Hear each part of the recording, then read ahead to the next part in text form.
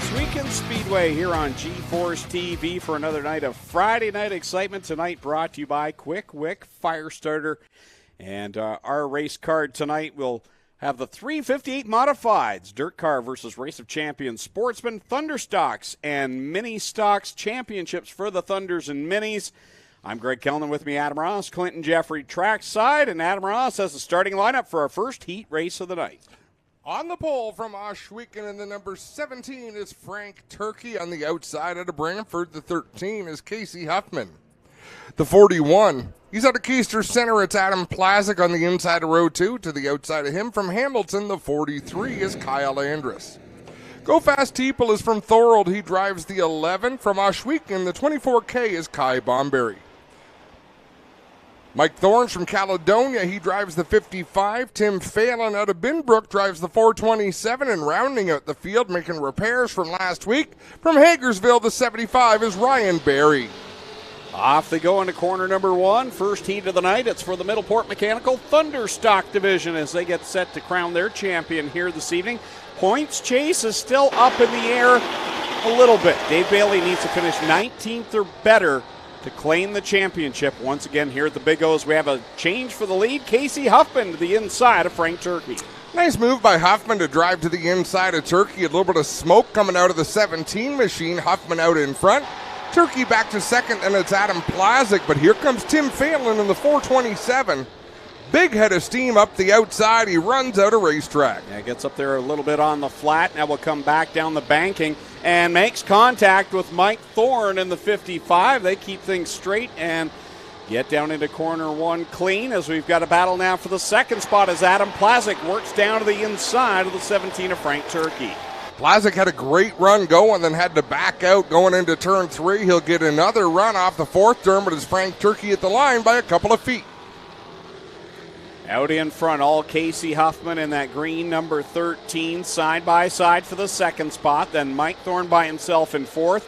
And Tim Phelan trying to make up lost ground here. He'll move past Teeple for the 5th spot as we come to the cross flags. Halfway through this one, they're still door-to-door for second spot, and it's still Frank Turkey by a no is holding the position. Now Mike Thorne looking to make it a 3-car battle for second as he has a peek to the inside. And to 3 they go, almost 3 wide. Mike Thorne thinks better of it that time by as they come off of the 4th corner. It's all Casey Huffman, then 2 by 2 behind that. What a pack of cars racing for second. Like you said, Huffman's got about a 6-car length advantage over Adam Plazik. Frank Turkey's been doing a good job. That car's putting smoke out the back of it, but it doesn't seem to be slowing him down at all. 2 laps to go. Huffman, your leader. Plazik now solidly in the second spot as it's side by side for 3rd. Mike Thorne to the inside of Frank Turkey going through 1 and 2. Thorne will take the spot going down the backstretch, and now Phelan will try to slip up into the 4th spot. So the top 3 nose to tail, and the battle is on for 4th as the white flag flies. How about this Kai Bomberry? It looks like if he can get through this lap without a problem, he looks like he's going to finish on the lead lap. He's going to have to get on that loud pedal. The leaders are coming. Something is amiss with the Kai Bomberry, number 24. Oh, Casey Huffman down to the inside of Bomberry. Plazik on the outside line trying to make a last-ditch effort for the win. Huffman, though, will get the win over Plazik. Then it's Thorne. And at the line, Frank Turkey. Yeah, something went a little bit wrong with Kai Bomberry on that last lap because I've been watching him. He was running a pace that would have kept him on the lead lap. So small gains for the driver of the 24, 3rd generation Bomberry.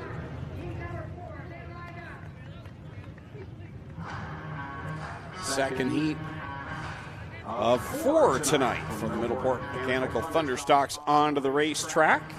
We talked about smoking in that first heat, and we talked about turkeys, and I do feel like I am in an oven. Like the segue to that is this room is about 120 degrees, Greg. Well, look at that red glowing ball over there. It's setting, and that's going to cool things down, I hope, because this air conditioner is it's on its last breath. Look at the red glowing ball beside you. It's me. Spoiler alert. On the bowl, heat race number 2 from Ohsweken, the 93 is Melissa Miller. Starting second in the 25 from Hamilton is Ken Sargent. Rolling off third from Canfield, the 32 is Mark Fawcett, and fourth from Tilbury, the 17W is Travis Whittle. Starting fifth from Hagersville, the 93K is Mike Plazinga. Starting sixth from Port Robinson, the 108 is Zach Bleach. Seventh out of Keister Center, the 28D is Donnie Lampman. Eighth from Guelph, the 79 is Christopher Hale. And ninth from Keister Center, the 28 is Jim Lampman.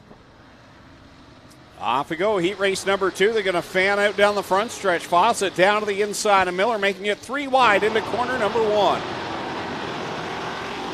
Sargent out in front, trying to open a gap as Zach Bleach races to the outside of Melissa Miller.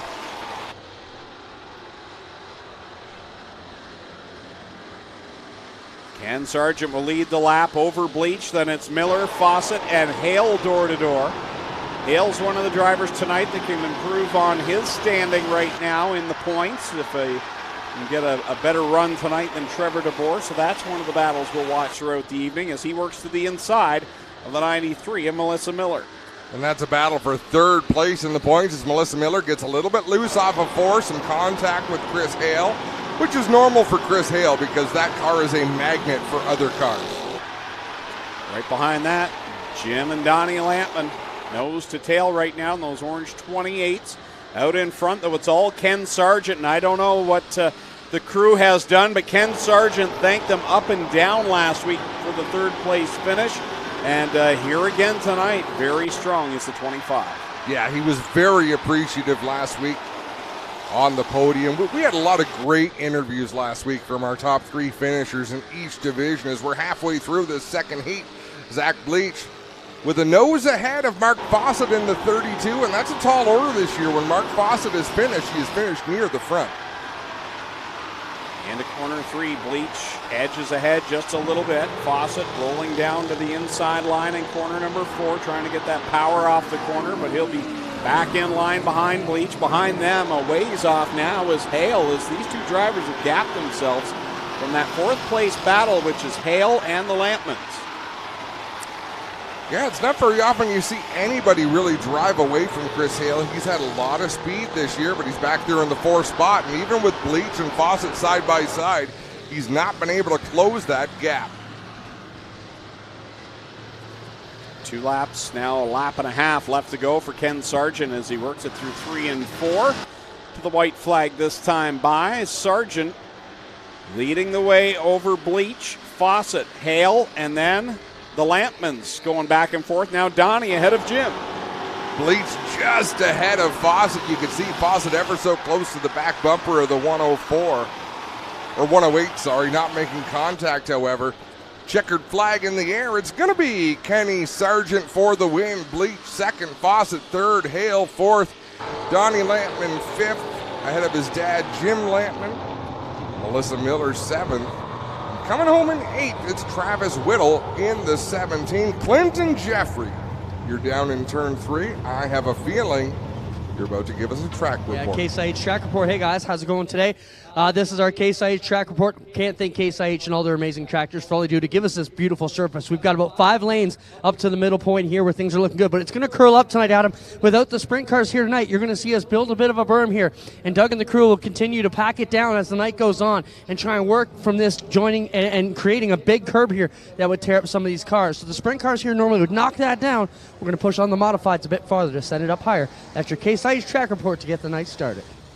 Sounds good, Clinton. Heat race number 3 is on the track now. On the pole from Burlington, the 97 is Ron Logie. Starting second from Ancaster, the 19 is Kyle Wirt. Starting third from Parts Unknown, the 93F is Calvin Fox. Starting fourth from Harley, the 37 is Robert Hoskins. Starting fifth in the 53 from Jerseyville, it's Logan Schwedick. Starting sixth from Port Colborne, the G8 is Gino Duguay. Starting 7th from Hagersville, the 23 is Trevor DeBoer, and rounding out this qualifying heat, in the 49 from Hagersville, it's Dave Bailey. Wherever Calvin Fox is from, it sounds exciting. It just right? His hometown, it's on, baby. On. Yep, just O-N. Off they go into corner number 1. Third heat of the night, Kyle Wirt. He had a rough go last week, salvaged a good finish, but had some damage on that number 19 machine as he goes by Ron Logie into the top spot. He was out looking at the racetrack earlier on with Dave Bailey. Not sure what they were sizing up there, but there was something that caught their attention that they wanted to go have a look at. Great battle out front. Ron Logie edges ahead of Kyle Wirt. Rob Hoskins looking to get position on the outside as well. A couple of Camaros go side by side into 3.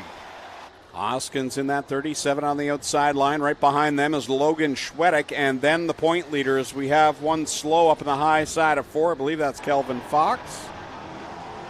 And he's going to cut it across the track into the infield so we can stay green as it's door-to-door for the second spot. Hoskins on the outside, Wirt on the bottom, and here comes the point leader, Dave Bailey. He sees the outside, and he is going to try. Can't find room there on the outside of Hoskins. You know, if the fans wonder why is it in the feature Dave Bailey can pull out and go from 18th to 3rd, but in the heat it's a lot harder. The track is a lot easier for these drivers to find speed in during the heat races. It's still tacky, it's still heavy, it's easier to put your foot to the floor and go.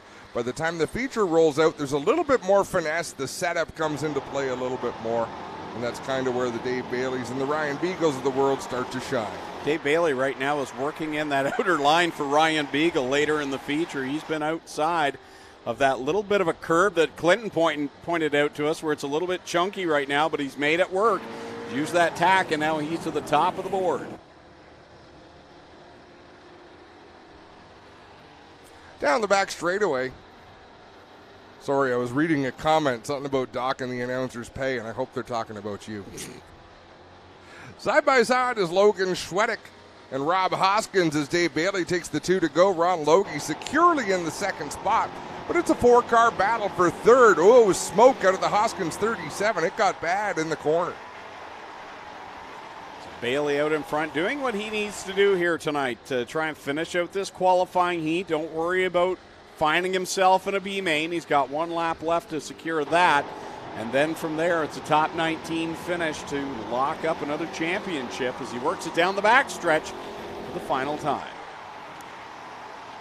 A little bit lower on the racetrack, he decided to come down into the racing groove now that there's no traffic, and Dave Bailey will take the win ahead of Ron Logie. Logan Schwedek going to come home 3rd, and then Hoskins hold off Wirt and DeBoer. At the stripe, coming home 7th, it's Gino Duguay. So Dave Bailey there, he's looking for his 6th consecutive Ohsweken Speedway Thunderstock Championship. Unreal. Yeah, what a run. It's an impressive run. And you see people on the internet now and then saying, well, why don't they force him to move up? And this isn't necessarily an entry-level division. This is a division where most of these drivers will spend their career. Yep. And it's competitive. And as long as he's here, people know that he's the bar that they can measure themselves by. This starting lineup makes me feel good. On the pole out of Victoria, the 84 RK is Ryan Beagle. Starting second from Ohsweken in the number 21, it is Blake Bombury Sr. So that would be Kai Bombury's grandfather. Great to see him out on the racetrack. Starting third in the 55X from Ohsweken, it's Brave and Burning. Starting fourth from Windsor, the 72 is Marcel Gaudet. Starting fifth out of Chatham, the 27 is Sean Jones. Starting sixth from Tilbury, the 92 is Paige Lanou. Starting seventh from Tilbury, the 711 is Seth Lanou. And rounding out the field from Petrolia, the 77 is Carson Thompson. So with Southern Ontario Motor Speedway closing its doors, we got a lot of racers looking for a place to come and play, and I'm glad they've chosen Ohsweken Speedway to come and get their fix. Sounding like they may open the doors again by the end of the season from what Henry posted today on social media. So we'll see. Huh. You really hope so for the racers. They've invested so much time and effort into their cars, and as the season was crunching down, you definitely want to see them be able. There's some divisions there that can't race anywhere else. So it's a thankless job being a race promoter and a track owner, but at the same time, you have to know going in that it's not easy. Here we go, green flag up in the air. Ryan Beagle pulls away here off the drop of the green flag. And a big win last week, a very popular win He's the one right now that has the outside chance of beating Dave Bailey for the title. Marcel Gaudette with a big move up into second place on that opening lap. Blake Bomberry Sr. getting swallowed up just a little bit. He falls back to the 5th spot. But Marcel Gaudette and Sean Jones work their way up to 2nd and 3rd. Side-by-side battle there as they work it into corner number 3. On the outside, that 27 of Sean Jones works it off the 4th corner and now is pulling away a little bit from the 72 of Gaudette. Final qualifier of the night for the Middleport Mechanical Thunderstocks. Mini Stocks up next, their final racing of 2022. And Ryan Beagle is up in that line that Dave Bailey started to break in for him in that last qualifier. Smooth as fast. And if you watch Ryan Beagle, if you were to watch him on his own, you think he doesn't look that quick out there. But it's just one smooth motion into the corner, set the car, ride it through the turn onto the straightaway. Halfway home, 4 in, 4 to go in this Middleport Mechanical Thunderstock Heat Race number 4. There we see the battle between the 92 and the 711. Seth Lanou in the 711, Paige Lanou in the 92. Little separation there as they go into corner 3. Laps tick away, and they've really spread out in this qualifying heat. Ryan Beagle out in front, turning a lap of 19.5, half a second quicker than Sean Jones in second. That's to be expected. Ryan Beagle, one of the fastest cars here week in and week out. Sean Jones is a visitor. But their cars are looking pretty sporty as well, Greg. Ryan Beagle, again, he's on a mission here tonight. He's just got to go out and win. That's all he can think about. Just like a normal Friday night for him, he's one lap away from locking himself into the A-main tonight. So one part of that equation completed if he can hold on for another half a lap and then just try and win it and hope for the best at the end of the night. It's all he can do, all he can hope to do. Beagle off of turn number 4. He's going to take the checkered flag. But a straightaway ahead of Sean Jones, who's going to come home in second. Marcel Gaudette third. Seth Lanou in fourth. And it'll be Paige Lanou rounding out the top 5. Braden Burning going to come home sixth. And then it'll be Carson Thompson and Blake Bomberry Sr. Before we get to the mini stock heats, I've got to thank Raisin the Bar for bringing another fantastic supper tonight.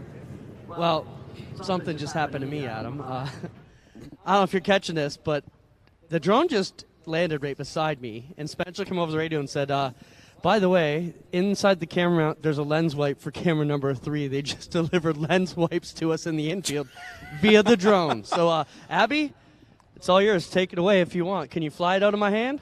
Oh, here it goes. Bye. Pretty neat. Send a Pepsi next time. That little package didn't look like a wet wipe. How come it's round? It won't leave an impression, all right? We'll leave it at that. That's 10 cool. to 8 and we're on to Omahas.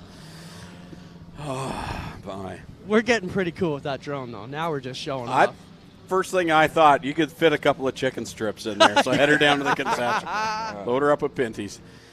All right, here we go. First qualifying heat of the night for the HRW Automotive Mini Stocks. And I don't know what's gotten into these two divisions tonight, Adam, but cram-packed with cars. 37 minis here tonight, so 4 qualifying heats as they'll take an extra lap around and work that track like Clint talked about a little bit earlier on.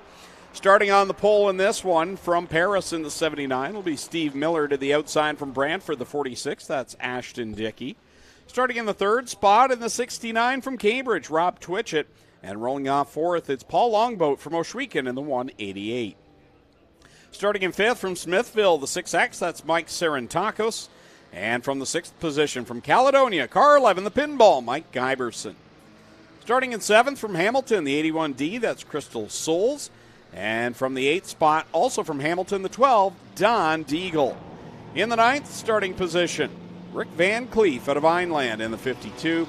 And starting in the 10th position from Stratford, the 54 of Christopher French. 10 cars scheduled to start, 6 cars transferred to the main event. The rest go into the Consi. Steve Miller and an Ashton Dickey. I put one too many syllables in that and. Green flag is out. We're underway. Ashton Dickey on that outside of Steve Miller. Here comes Rob Twitchett.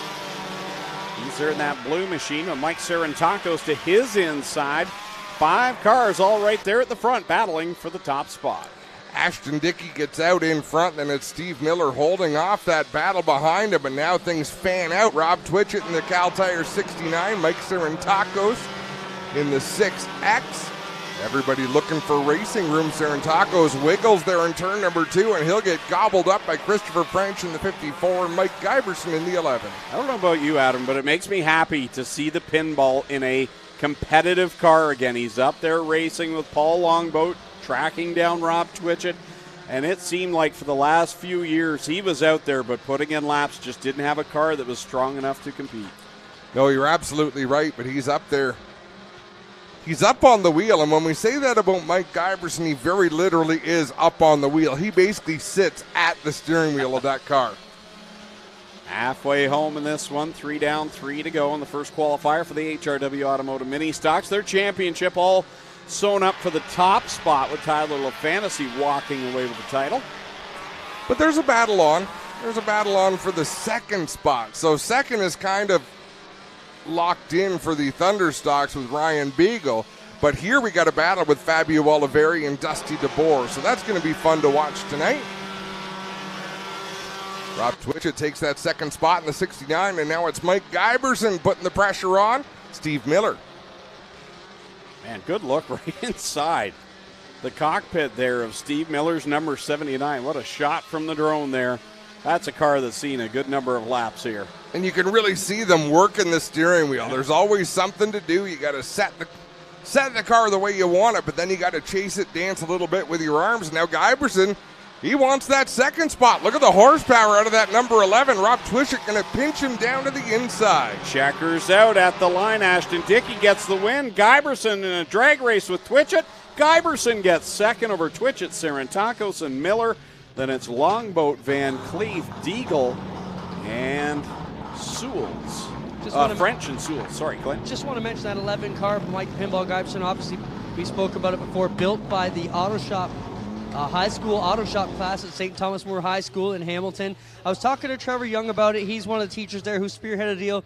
He said in 2019, Pinball was only able to qualify for 6 features. This year, he's made 10 already, and it would have been 1 more if he didn't blow up the motor a few weeks back. So quite an improvement for Pinball, and a good job on the students. Built him a great car so far, guys. Heat 2 rolling out onto the Speedway. On the pole for this one from Hagersville, the 10J, that's Jeremy May. And starting in the second spot, Jason Tolton at a Guelph in the 1. Broden Weiler from Simcoe now has his own paint scheme and number. The 13 will be Broden Weiler now, driver out of Simcoe. And Mike Evers starts 4th from Caledonia in the 265. Starting in the 5th position from New Hamburg, the 21H, Ryan Hiller and Nico Hansen alongside him in the 6th starting spot. He's from Beamsville in the 27. Nick Erskine starts 7th. He's from Brantford in the 64. Starting in 8th, last week's winner, Tristan De Silva from Waterdown in the 01. And Jeff Elslager from Linden in the 11E starts in the 9th and final starting spot. And I don't know if you saw it or not, Adam, but we saw a shot of the drone of the cars lined up in the pits. Jason Tolton has a huge for sale across the back bumper cover there on that one car. He went straight home last Friday night on Facebook, said, that's it, I've had enough, for sale. He has just had one of those years that just drive you nuts. This sport will do that to you, and it'll do it for a long time. I mean, there's times you'll have a bad night, but there's times you'll have a whole bad season. I dare say we're watching Jason Tolton have that. We're watching Mike Thorne go through that. And next year they could come out and the sun will be shining on them every night. That's the thing right there. That right there is a really good race car, and that's a really good race driver. And right now it's just not going their way, you know, for the car or the driver. And sometimes it's best to separate. No, once you feel a car is cursed, you're going to have some bad times. Green is out. Crazy start here in this one, the second qualifying heat of the night. Nico Hansen right in the middle of that pack. Had a good solid weekend down at Ohsweken Speedway, trying out a different racing surface and looked solid there in that J&E Recovery 27. A little bit of contact at the back of the pack. Broden Weiler had a tough start there, and then things got tight going into turn 3 with Tristan De Silva and Mike Evers in the 265. But look at Jason Tolton with a big run on the outside in that number 1. He'll close in on Jeremy May for the top spot. Great look there from the back end of the one of Jason Tolton as he works to Jeremy Mays outside in the 10J. Off the corner they come. Door to door at the line. Jason Tolton maybe just a little bit back from the 10J, but he's going to get a good run here through corner number 2. See if he can eke ahead down the backstretch. Side by side, door to door, down into 3 and 4. Jason Tolton up on the high side. That's the preferred line in mini stock racing. It's the preferred line in most racing here at the Big O. Tolton will take the lead. Here comes Ryan Hiller to battle for the second spot as well. Don't look now, but Nick Erskine in that 64 machine as Nico Hansen gets a wiggle in turn number 2. Nick Erskine's on his way as well. Yeah, I thought Nico was going sideways there right in front of Tristan De Silva. 2 laps left to go. It's Tolton, May, Hiller, and Erskine. 1, 2, 3, and 4, and then a gap back to that battle side by side between De Silva and Hansen. Ooh, Nico Hansen got really squirrely in 1 and 2. Just about collected the 0-1 of De Silva. There was a little bit of contact, but nothing too sinister. White flag is out for Tolton. He's got around Jeremy May, but he's not pulled away in the least. No, it's been a good race right now. May trying to close in again. Gets a run off the second corner as Erskine slips by Hiller now into the 3rd position. There's a couple of drivers that have been knocking on the door to victory lane. They've been on, well, at least Hiller's been on the podium. Nick Erskine's been close. But if Tolton's going to pick up the win over May, then it's Erskine and Hiller. De Silva and Hansen. Elslager across the line in the 7th spot. Then it's Broden Weiler with a right rear flat on the 13 as he crosses the line. How about Nick Erskine? Doesn't have a podium this season, but he's 4th in the points. Yeah, he's just been, that's consistency right there. Might not be podium finish consistency, but great year. 11 features, 9 top 10s, so that tells the story right there. Still 2 qualifying heats to come for the HRW Automotive Mini Stocks and their final race of the season. Again, next Friday and Saturday night. Canadian Sprint Car Nationals weekend. Friday night is the Canadian Crate Nationals, and then Saturday, the 18th running of the Canadian Sprint Car Nationals, brought to you by Nitro 54 Variety and Aero Express. So this is it for the Minis and the Thunders, unless some of these teams decide to go to some of the late season races at other tracks. This will be it, and they'll be packing up their cars for the winter. Here's how they'll line up for heat race number 3 on the pole from York in car number 9. It's Tim DeBoer. And to the outside from St. Catharines, the 77, Scott Brown. Fabio Oliveri, he's picked up a win this year. He'll start 3rd from Ancaster in the 16. And going from 4th, Dusty DeBoer from Hagersville in the 23. Starting in 5th spot, the Art Hill Memorial winner. In the 10X from Burlington, Jeremy Hughes. And in the 6th starting position with a feature win this year as well from Smithville, Eric York in the 51. The point leader starts 7. That's Tyler LaFantasy. In the 96, he's from Thorold. And then Rodney Rutherford of Waterdown, the 24. He'll go off 8th. And Mason Anderson from St. Catharines in car 4 starts in 9th. Rodney Rutherford picked up $10,000 last weekend at Flamborough Speedway by finishing 2nd in the Pot of Gold Enduro. Congratulations to Cam Peterson, who won $50,000. Here we go. Green flag in the air, and they're 3 wide of the drop of the flag. Oliveri to the inside of DeBoer. Here comes Jeremy Hughes into things. One car way up the racetrack. That's the 77 of Scott Brown. Problems at the drop of the green for him. He'll bring it back down onto the racetrack, but he's a straightaway behind DeBoer and Hughes. Oh, Fabio a little sideways there off the 4th corner. Almost like something's wrong on the 16 machine. He was towards the front,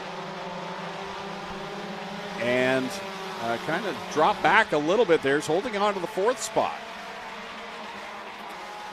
The pack sticking together. Jeremy Hughes not really pulling away out there in the 10 machine. DeBoer keeping him in his sights in 2nd. Then another DeBoer runs 3rd. 2 DeBoers in the top 3. Tim DeBoer 2nd in the number 9. Dusty DeBoer 3rd in the 23. But Fabio Oliveri is trying to split up those DeBoers. There we see Tyler LaFantasy and Eric York, couple of guys that have been in victory lane. York once this year in that 51. He's had a very solid season as well, as he comes into tonight, 6th place in the points. Man, Tyler LaFantasy is just barely in a qualified spot right now. If Rodney Rutherford could come along in that 24, wouldn't that be something? See Tyler LaFantasy have to run in a consolation race. But with 2 laps to go, he's sitting in a pretty good spot because Rutherford doesn't seem to be able to close that gap. If I'm not mistaken, last Friday night, Tyler really struggled with that car, and I think I'd heard that he took that thing home and did a major overhaul on the motor in the 96 before racing on Saturday night at Merrittville, so something not quite right with the 96 last week, and doesn't seem to have as much strength tonight as he's had in the past either. No, on the straightaway, he's pretty similar to the Eric York 51, and that's a race winner here this year, so they've got similar horsepower. Final time through 3 and 4, coming to the checkered flag. Here's the pass for the lead, maybe. Tim DeBoer on the inside. A drag race, but Hughes will pick it up over Tim DeBoer. Then it's Oliveri, Dusty DeBoer, Tyler LaFantasy 5th. 6th goes to Eric York. Rodney Rutherford 7th, Mason Anderson 8th, and Scott Brown will complete the 9-car field.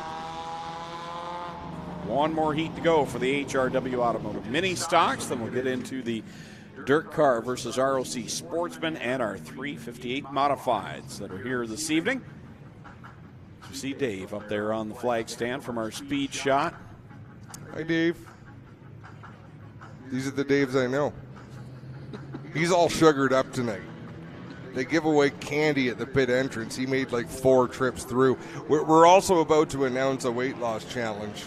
It's gonna, the weigh-in is going to take place next Saturday, and Dave and I have some pretty big plans. You can get behind team announcer, or you can get behind team flagman. My weight loss program starts October 2nd.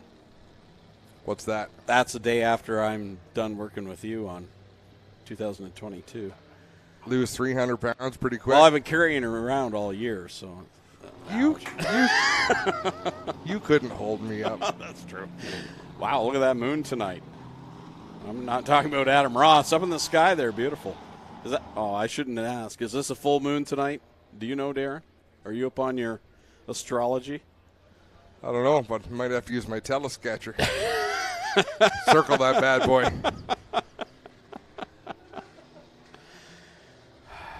I'm so excited. Spencer thought he could hold us down. You can't stifle creativity. Yes, Adam has an Etch-a-Sketch here tonight. We'll talk about that. It is the telesketcher. The telesketcher. Oh, that's dirty. That's dirty, isn't it? He told me he was going to do that. He put the telestrator circle on your Etch-a-Sketch. Sorry, Adam. Many thanks to Brett Stratford's lovely wife, Lisa, for that thoughtful sponsorship. That is, I'll tell you what, that hour before the race here in the tower, I've never seen you so focused in my entire life. Come on, Spencer, show the message I wrote you. Don't show the message that he wrote on that because it's not for air.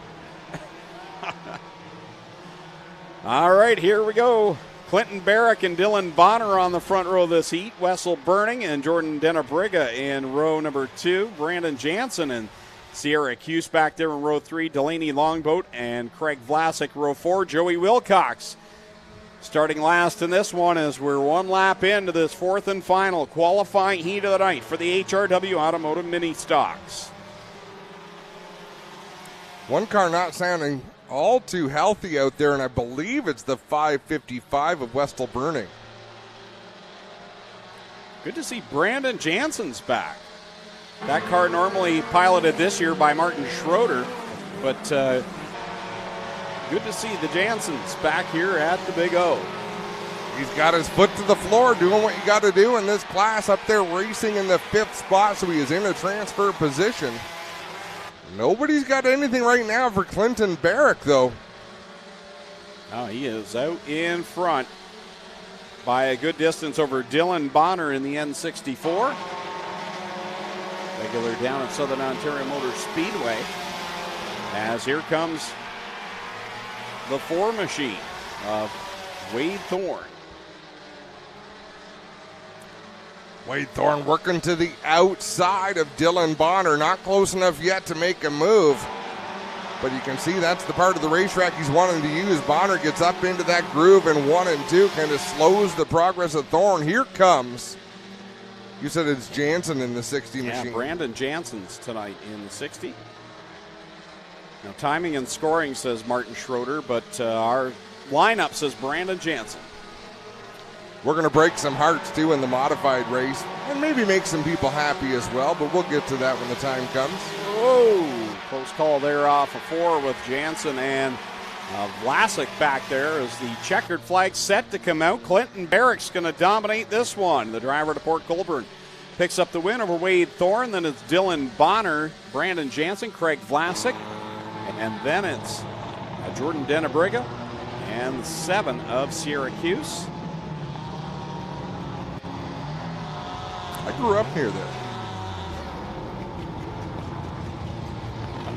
No? Yeah. Syracuse. I didn't even pick that up. It's like the Cole McDonald thing. I didn't pick it up until you rolls right off the tongue. It really does. But I don't expect you to pick up on things. You're not here for your smarts. That's true. You're here for your tolerance. Sportsman, dirt car, ROC combined event, and the cars showed up in droves. Heat race number 1 on the pole from Port Colborne. The 99P is Greg Penante. On the outside of the front row from 40 or the 18R is Brad Rouse. Starting 3rd from Berlin, Ontario, the 21 is Spencer Smolder. Starting 4th from Port Colborne, the 21P is Tyler Pachalski.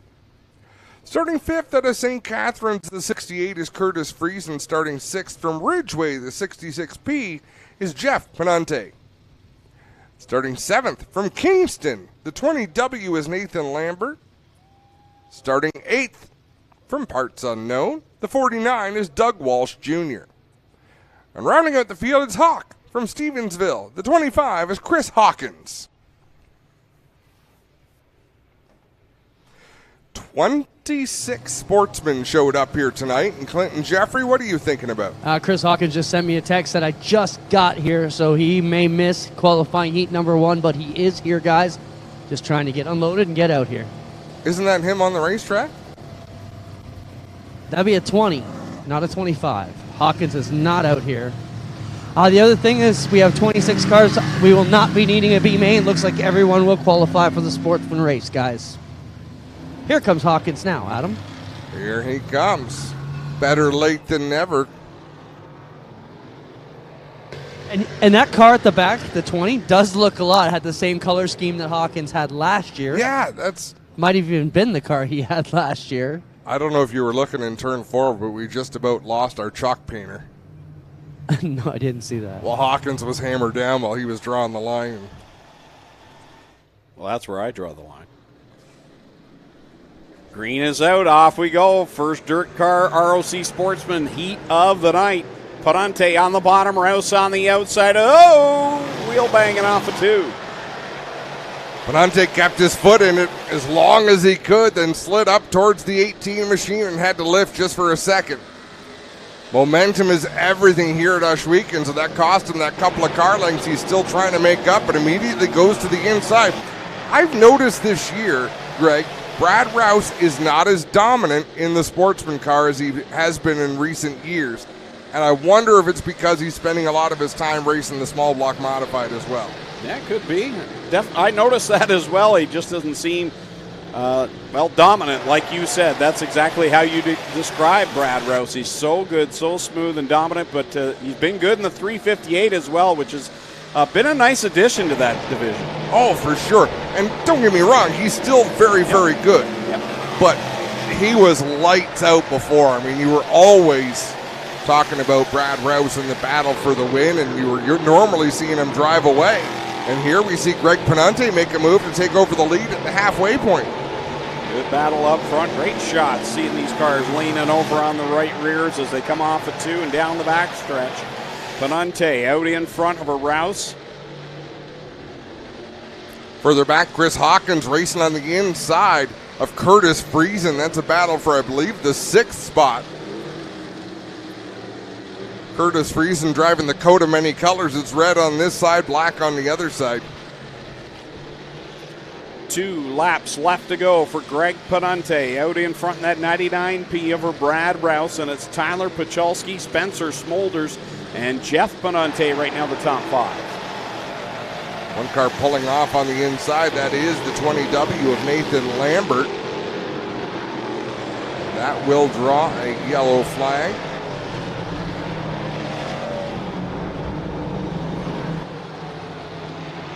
That will also draw the attention of race director Doug Leonard as Lambert drives away.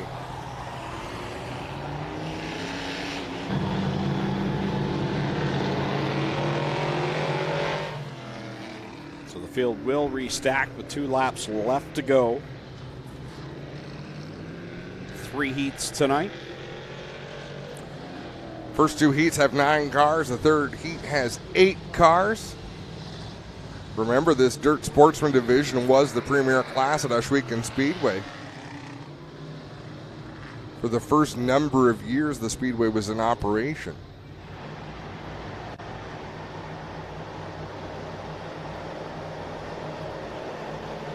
All right, ready to get back to the green flag. Penante on the bottom, Rouse on the outside. Here we go. 2 laps to settle it. Does Rouse have anything left? How about Pacholski makes a charge on the bottom? Yeah, Pacholski made a nice move there as they were coming towards the green flag, but I'd say Penante timed his start perfectly, just where you could really get the power down and make a run. Brad Rouse having a look to the inside, though. Off the corner to the white flag comes Penante over Rouse, Pacholski. And then Smolders edged ahead there of the 66 of Jeff Penante. That's your top 5 right now. Hawkins just on the outside of that. Through turns 3 and 4 for the final time, it'll be Greg Penante over Rouse, Pacholski, Smolders in the 21, Jeff Penante, Chris Hawkins, Curtis Friesen,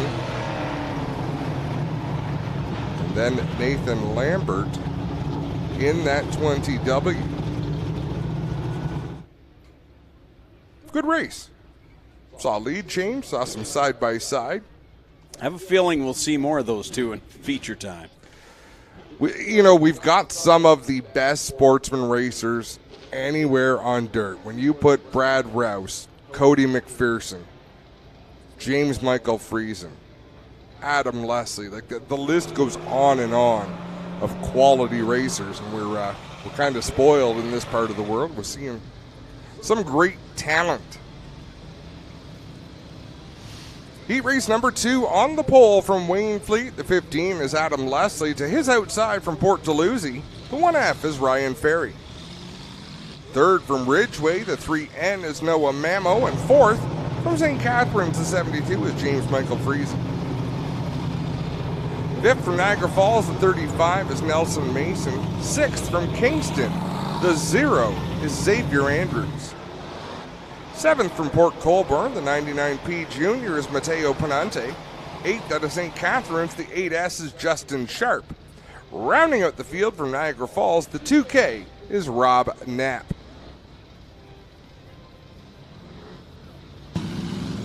Well, guys, just want to mention quickly, you've seen us taking a couple extra laps out of it. It's part of our track preparation. You know, the track is only about half as wide without the sprint cars really riding up to the cushion and blowing it off. So by packing it down here, we can really maintain the width of this track and spread it out so these guys will have the full 8 to 9 Ohsweken lanes to deal with tonight instead of 3 or 4 that we've had after qualifying heat races. And if you can have 8 or 9 instead of having 3 or 4, you're going to take the 8 or 9 every time. But Here we go to the green flag. Leslie and Ferry will kick this heat race off. Heat 2 of 3 for the dirt car versus ROC Sportsman. Right now, as they work down into 1 and 2, Adam Leslie on the bottom. And like Clint says, there's about 4 lanes right now that are usable. That's a lot of racetrack up above down in 1 and 2, and the same in 3 and 4. There is a lot of real estate out there that will get used towards the end of the night, but it's not just yet. Friesen up there right now as he'll work down the hill off of corner number 2 and down the back stretch. There we see Ferry behind Leslie in the 15 as they work it off the corner to complete lap number 2 in this second heat. A couple of cars getting hooked up there, Nelson Mason and James Michael Friesen. Friesen had to bite the brakes. He's really struggling on entry with that 72 machine, but out in front, Adam Leslie, he's seeing things exactly the way he wants to. Clean racetrack ahead of him. And he can't see what's behind him, Greg. No mirrors. It's a guessing game. No mirrors, no spotters. So still a very pure type of racing, which all dirt racing basically is, whether you're sprint cars, late models, modifieds. The only communication you have is on the one-way radio from the race director, but you can't talk back. You can talk back, but nobody can hear you. It's like a husband. Yeah. We talk back quietly. Exactly. But not so we can be heard. Adam Leslie out in front. Here's the battle between JMF and Knapp in the 2K. And the 72 machine, not where we expect to see him here tonight, but with the quality of field, I mean, maybe we shouldn't be surprised. No, and again, it's a comfortable racetrack. You can really get out there and open it up. It's early in the night, so there's lots of grip. So a lot of these drivers that might not be used to holding off some of these top names are able to do so, and some of the top names like James Michael Friesen having to go out of where you want to be to try to make moves, and it just hasn't worked. Checkered flag coming out. It'll be Adam Leslie taking the win in this heat race. Ryan Ferry going to come home second. Then it's Mamo, Mason, Sharp,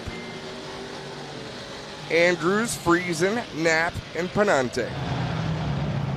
I just want to mention Xavier Andrews out there in the 0 car came all the way from Kingston. They were here in the driveway when I arrived today for work, so want to welcome them here. Travis Andrews said he's a big fan of everything G-Force. They watch it. That's a big reason why they came tonight.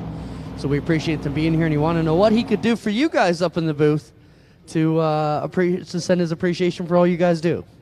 I told him they're spoiled enough. Now. We don't need anything. His appreciation is all we need. And ice cream. You know me so well. I saw Jessica Powers' car actually is on display this weekend at Canadian Tire Motorsport Park for the Drive Festival. I've heard that's a really cool event. If you got no plans this weekend, and it's supposed to be sort of like the Goodwood event, where I guess they start down in turn 5 and race their way back up the racetrack, and it's just a big spectacle. I've heard it's very well attended. We had a blast at Canadian Tire Motorsport Park last weekend for the NASCAR Pinty Series race. Tons of campers there. It's just a neat experience if you've never had the chance. Heat race number 3 on the pole from Port Robinson, the 108, is Bill Bleach. To his outside from St. Catharines, the 7 is Cody McPherson. Starting third from Chippewa, the 22 is Terry Smith. Starting fourth from St. Catharines, the 20 is Jay Mallory. Starting fifth in the 74 from Fenwick is Tater Vanderzanden. Starting sixth from Beamsville, the 09 is Trevor Wright. Starting seventh from St. Catharines, the 17C is Jordan Costco. And starting eighth from Ridgeway, the 23N is Nathan Peaty.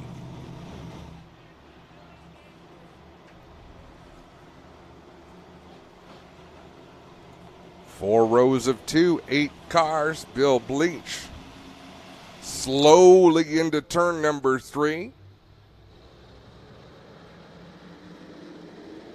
And away they go. Bill Bleach pulls away from Cody McPherson off the drop of the green flag with a mongrel right in behind them. And down to the inside, Terry Smith in the 22, but the caution flag waves, and try that one again. I didn't think Doug was going to like that start. Front row, he wants the front row to fire together at the chalk mark. And if you can look at where the photographers are between 3 and 4, Bleach had actually fired before he got to the photographer. So have a look, folks, and I'll tell you when he gets to the chalk line. About 100 feet.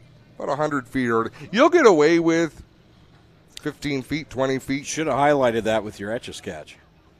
It's the Telesketcher. Telesketcher, sorry. People pay good money to sponsor these features on the show. I would appreciate if you at least take the effort to get them right. You be careful. I'm going to draw you next. Here we go. Final qualifying heat, take 2.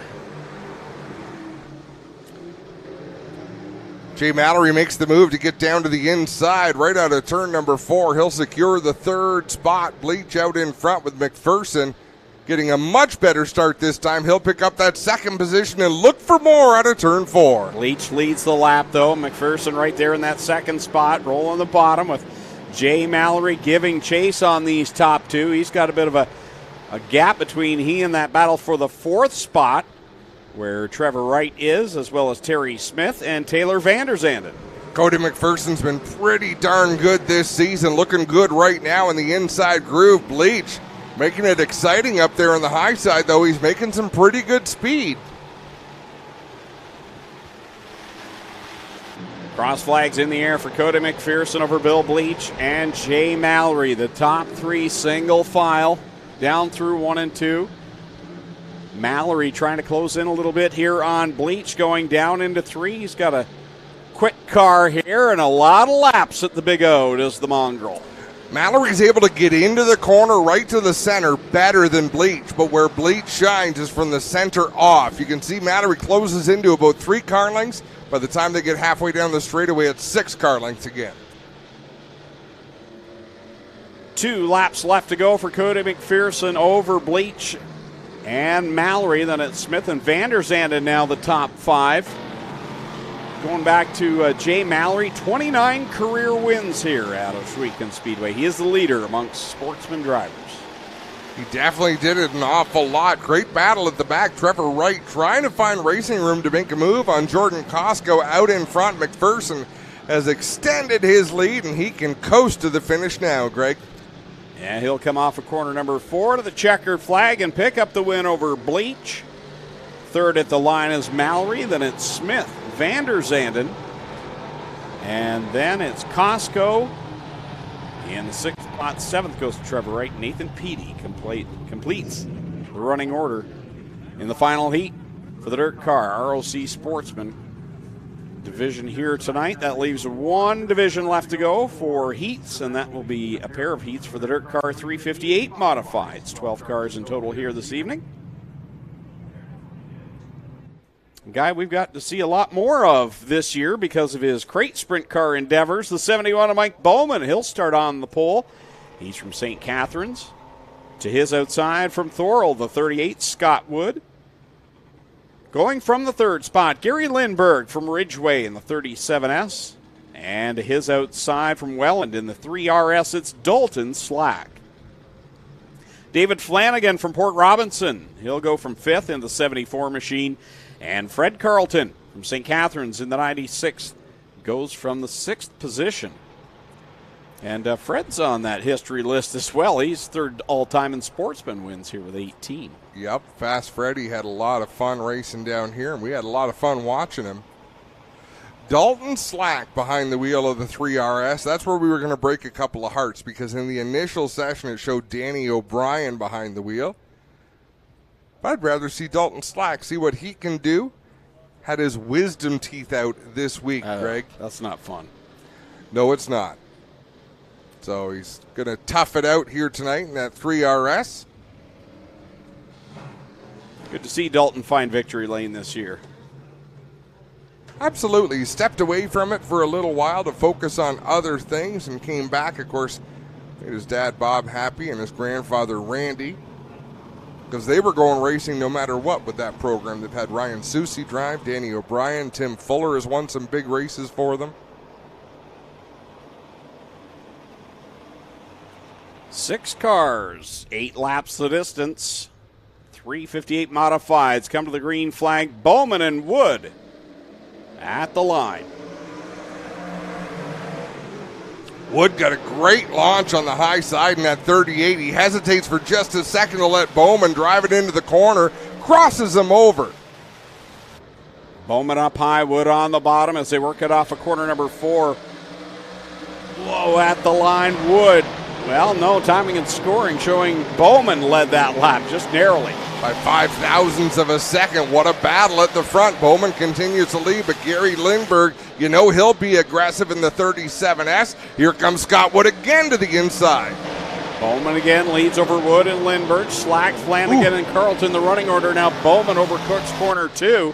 That allows both Wood and Lindberg to slip by. Here comes Lindberg down to the inside of the 38 machine. Bowman hit the cushion going down into 1. It made the car angry. Gary Lindberg now going to take his turn out front in that 37. Bowman again trying the high side, but that car is evil. Third to first there on that one lap for Gary Lindberg. Out in front, off of corner 4 to the cross flags is the 37S, and then it's Wood, Bowman, and Slack. Right now the top 4. Bowman working the inside of Scott Wood again out in front. Gary Lindberg is pulling away in the 37S. Man, Wood launches through the middle of the turn, loses a little bit of that speed on exit, but real aggressive through the center.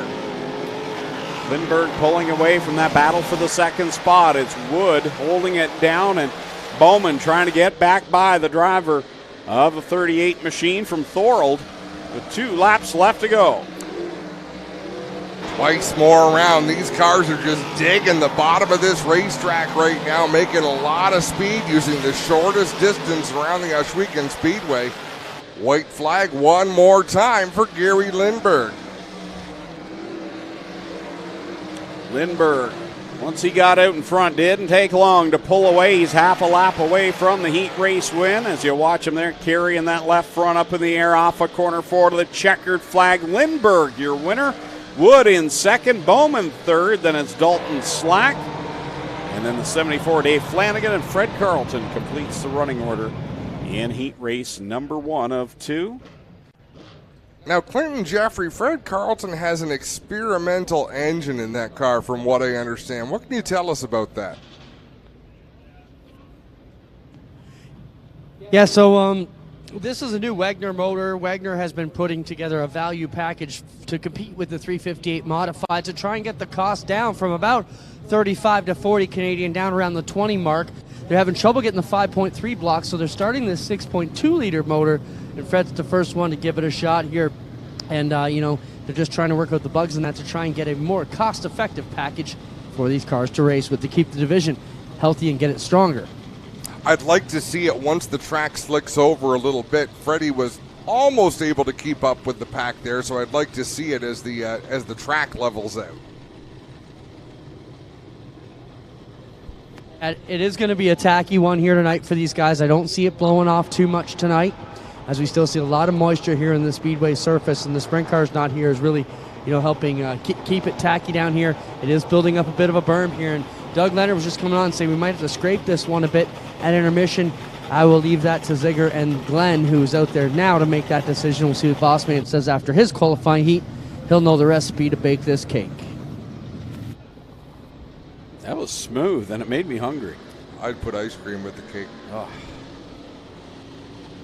Even Spencer's queuing in on that one. Let me draw a cake. A square cake on the telesketch. What do you call it? Telesketch? It's a telesketcher. The telesketcher. All right, starting on the pole from this one. He's looking for a better outing than he had last time here. He rode the front stretch wall in a wild crash. Todd Gordon out of St. Catharines in the 28. On his outside, we just saw him in the Sportsman from Fort Erie. The 18R, Brad Rouse. Going from third, the Ohsweken Flyer, Glenn Stiers in car number 0 to his outside. Luke Carlton from Port Colborne in the 26C. Tom Neal out of St. Catharines in the 2X, and Chad Chevalier to Port Colborne in the 12 make up the third and final row as we are green flag racing. Gordon on the bottom, Rouse on the outside. Side by side down into turn number 3, Rouse pinching down Gordon, but look at the boss, Glenn Stiers up on the high side. High, wide, and hairy in the Zero Machine. And he's got that thing humming. Is the Zero Machine. He had to back out of the throttle there. Was right up ready to run into the back end of the 18R. Brad Rouse. Now he catches a bump there in 3, but the boss man's got that car rolling tonight. He does so, and he's driving it like he stole it out there. Brad Rouse leading the way over Todd Gordon, but what a launch he gets through 1 and 2. If he could get 3 and 4 the way he gets 1 and 2, he's going to drive away. We saw him in this type of performance earlier in the year in the UMP Modified where he smoked the field. And we'll see what he can do here with Brad Rouse over Cook's corner number 1. He'll have to gather it back up. So it's Rouse, Gordon, Stiers, and Chevalier right now the top 4. But he is the show right now in that Zero Machine. Turn 3, I almost guarantee he's going to want to do some work in turn 3. It's just a little bit choppy getting down in there, but in 1 and 2, when he hits it right, he's able to really throttle up. Chevalier to his inside now as he works down to the extreme bottom. Glenn out on that outside line. And Chevalier will take the spot at the line, so move him to 3rd with Rouse, your leader, over Gordon, Chevalier, and Stiers searching for a way around this track. Yeah, he just lost that entry point in turn 1. He's got a bad push on entry. You can see that quite clearly as we're 2 laps to go. There's the Baron Roofing, number 18R. Brad Rouse having a great year in the 358s this year. Such a good driver as Brad Rouse as he will work off of corner 4, and Glenn Stiers with problems on the backstretch. Slows the white flag out on the field, and Glenn's going to nurse this one home. Yeah, something amiss on that Zero Machine as he works down into 1 and 2 for the final time. Out in front, it's Brad Rouse in 3 and 4. He's going to bring home the checkered flag in this one. Todd Gordon 2nd. Chad Chevalier moves up for a 3rd place finish, and it's Tom Neal, Luke Carlton, and Stiers going to round things off. But boy, what a show those first few laps were by Glenn Stiers. So qualifying heats completed. We will have B-mains tonight for the Thunderstocks and the Minis. And I see them lined up over there. Onto the racetrack they come. Thunderstocks it is. 4 cars going to transfer out of this one.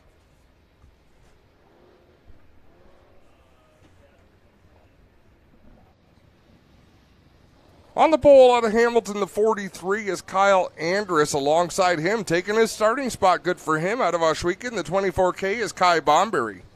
Starting 3rd from Hagersville, the 75 is Ryan Berry. 4th from Ohsweken, the 93 is Melissa Miller.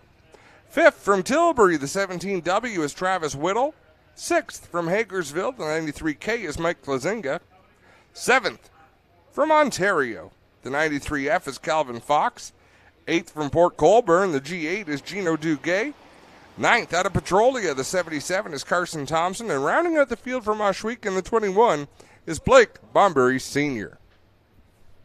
You know, it's nice and cool over in the race director's room. I just walked over there and thought about staying. I wish you had. Thanks. Will these cords reach over there? 4 to qualify in tonight's Middleport Mechanical Thunderstock feature. Andrus out in front over Ryan Berry, and then it's 3 wide behind that. So one of those cars would not qualify at this point as Miller and Klazinga were door-to-door off of 4. Kyle Andrus continues to lead the way out in front. They're 3 wide for second, 3rd, 4th. 3 cars going to make it in. Mike Klazinga's on the outside looking in, but he's got a pretty quick piece in that 93 machine, and we've got a battle for the lead. How about Kai Bomberry doing a nice job really picking up the pace and keeping there with a top 5. Lose the handle a little bit there, but this is the type of race where you can gain that experience. Absolutely. That's what a B-main is great for. If you're good enough to make it to the show, fantastic. If you're not, you got valuable time on the racetrack to get a little bit better out there.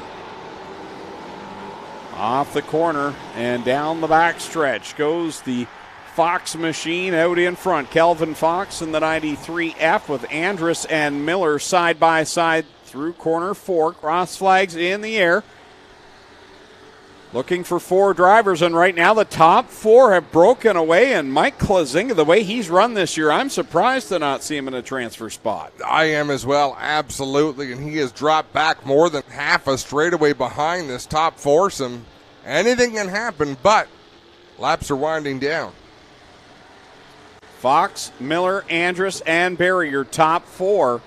And right now it's Klazinga and Whittle, 5th and 6th on the outside looking in. Good run for Whittle tonight. Just good to see him getting to run the laps because he was caught up in that melee with Jim Lampman and I think it was Mark Fawcett a few weeks ago when it took about a half an hour to separate them. And he was the driver that didn't get a chance to come back. So his car was too heavily damaged, but good to see him here. Whoa, trouble in turn number 2. We got a car just about stopped at the exit of the second turn. Everybody will get around.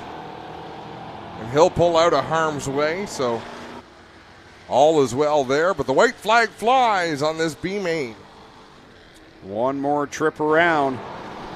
It's Fox, Miller, Andrus, and Barry, the top 4 pulling away. Barry making a challenge for 3rd, not really knowing how hard he needs to push it. He doesn't know 5th place is a long ways back. And if nothing else, you're better off to go, yellow flag. Well, that's going to change it.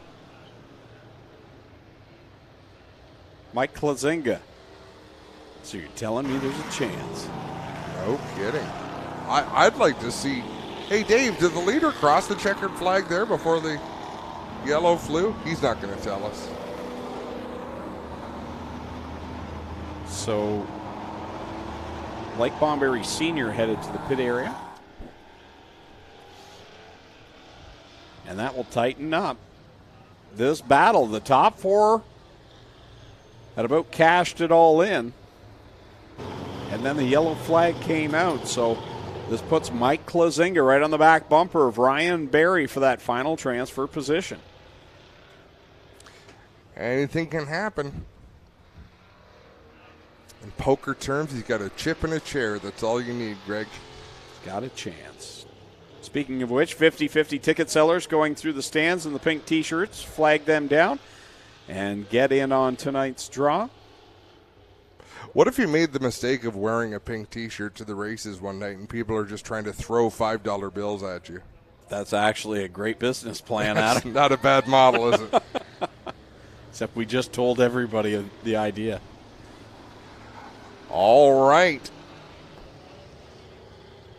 It'll be a 1-lap sprint to the finish. What color shirt do you have to wear to get people to throw ice cream at you? I want that shirt. Yeah, fair enough. So Doug Leonard giving instructions on how to get it done. He just instructed the 17, drive to the inside of the 8, push him up to the outside lane. That's what he did. Green flag going to fly. One more lap to settle the score. Fox takes off. Miller in tow. Ryan Barry looking to improve his position. Works around Kyle Andrus.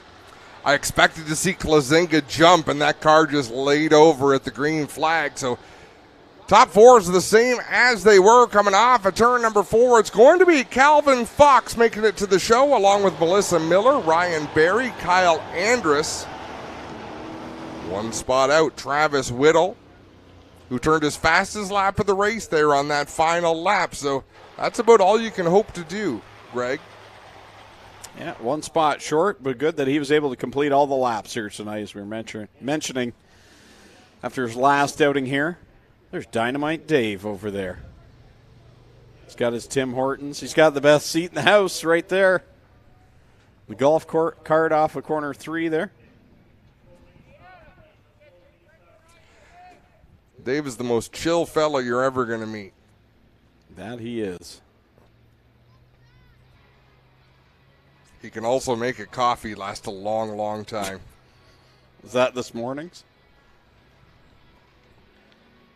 B-main for the HRW Automotive Mini Stocks. Last chance to get in. 4 will transfer from this one. I didn't just go in there to get cold air, Adam. I actually went in there for a change to find out how many were transferring. I thought I'd be proactive. I do my own homework, Greg Calman. All right, Crystal Souls will line up on the pole. She's from Hamilton, the 81D. Don Deagle to the outside, also from Hamilton in the 12. Starting in third from Vineland, the 52 of Rick Van Cleef. Christopher French from fourth out of Stratford in the 54. Starting in fifth, Broden Weiler from Simcoe in the 13. Mike Evers to the outside. He's from Caledonia in the 265. Seventh spot from Linden is Jeff Elslager in the 11E. Scott Brown goes off eighth. He's from St. Catharines in the 77. And wow, that's a big hit. That race never got started. No. Broden Weiler collected in that. Nowhere for Broden Weiler to go there. Crystal Souls should have been the driver to bring things up to speed. They weren't at the line just yet, and Van Cleef was ready to go. He got on the gas. Let's see if he got on the gas at the same time. Cars on the outside did. Clinton, Clinton's down on the scene. She took a hit from the left rear, which spun her towards the blocks, and when she overcorrected, it came back up in front of Broden Weiler. Right there, Van Cleef catches the left rear of the 81D. I don't want to defend Van Cleef, but the outside row was gone. They had already taken off. Yep. He's looking for room and just misjudged. Broden Weiler going to pull away in that number 13. A little bit of the pretty is peeled away from that car. Clinton Jeffrey, what do you see? Well, the problem with Broden Weiler is he's got the windshield kind of sunscreen is dragging down in front. The crew's going to have to rip that off before he can come back out. So other than that, the car looks all right. He does have some front end damage, but the crew's going to have to rip the window sunscreen off for him to be able to go. Crystal Souls down here, her car looks all right, pushed in a little bit on the right side. But other than that, and this one had ignition problems in the heat. I don't know if you remember, guys, but it was a problem for her. And that car's got a tie rod issue. Yeah, the front end is not right on the 81 of Souls, and she's going to have to head back to the pits. Right front does not agree with the left front. And that might not have been Van Cleef at all. He might have been getting some help from Broden Weiler there, but it's one of those things when the pole sitter doesn't go the way everyone expects. Yeah. You can't see through the car ahead of you.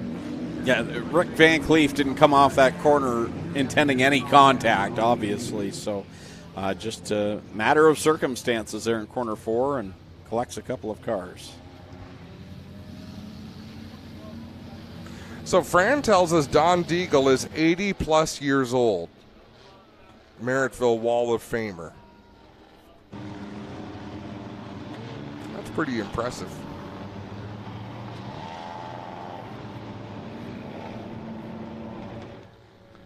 Crystal Souls pulls down onto the infield. Her evening is complete. Christopher French with a problem in that 54 machine.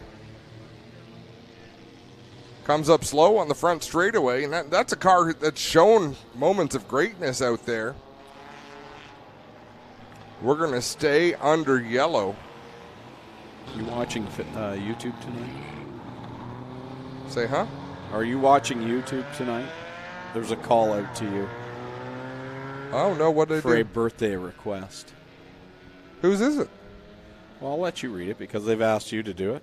Can you read that? I can't. It's not on the screen that I'm looking at. Let's wish a very happy birthday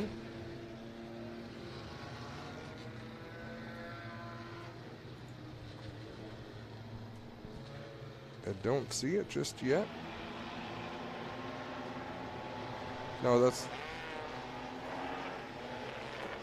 Brent, if you can find it, I will shout it out. What am I missing, Greg? How many people does it take to find a comment? Oh, the hood goes up on Jeff Elslager's 11E. We're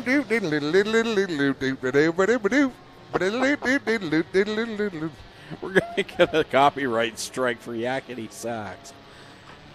Deagle out in front as Christopher French now pulls the 54 into the pit area. We got a car parked sideways in turn 1. Yeah, Mason Anderson stopped down there, puts us back under the caution flag. Brandon Gorodnik, happy birthday. Comes from Justin Weiss, a former Binghamton's Park Waterloo Kart Club racer. Had some good times there. Here you go, Darren. You can tell Brent to stop looking for it now. I'm not sure he ever started.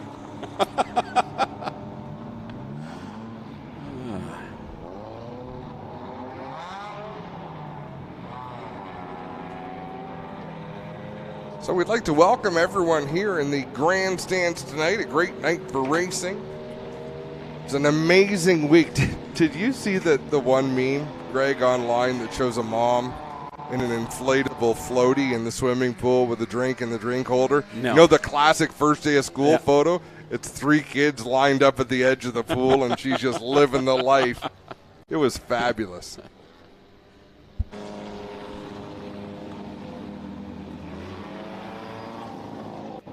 Katie Ferlot had a birthday today. I'm not going to tell you which one, because that's a no-fly zone right there, Greg. Younger than us. So much younger. This could be, Clinton Jeffrey, correct me, how often have we had an older front row than this one right here? Probably never. Because Rick Van Cleef is also not a spring chicken. Rick's not nearly as old as Donnie Deagle, though. No, but I'll bet you if Donnie Deagle is 80 years old, I'll bet you that's darn near 140-year-old front row. Wow. Let's talk about Rick Van Cleef. Was a pure stock racer, bone stock on the asphalt. Tried it out here about a month and a half ago and said, I'm coming back every week. I loved it. And we converted him. So good to see. No, that's fantastic. That's what we're here for. Come try it out. If you don't like it, you don't have to stay, but quite often people enjoy it. They want to do it again.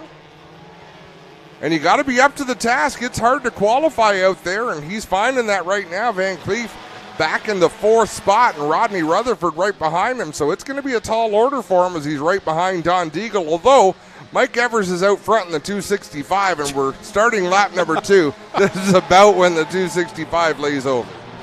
I knew that was coming. That poor fella works on that every week. I got it figured out. I think I've got it. And then something bites him. The car is very fast. It's Evers, and then that 3-wide battle with Cuse on the bottom, Deagle in the middle, and Rodney Rutherford now into a transfer position. The cross flags, Elslager trying to find his way up to the top 4 as well. One of those drivers you'd expect to be in the A-main. 3 and 4 for Mike Evers. This time by, it'll be 2 laps left to go. Evers is looking good out there at the completion of lap number 4. Rodney Rutherford in second. Deagle holding down a pretty third. Jeff Elslager with a problem. He was right up there in the mix. Now he's falling back.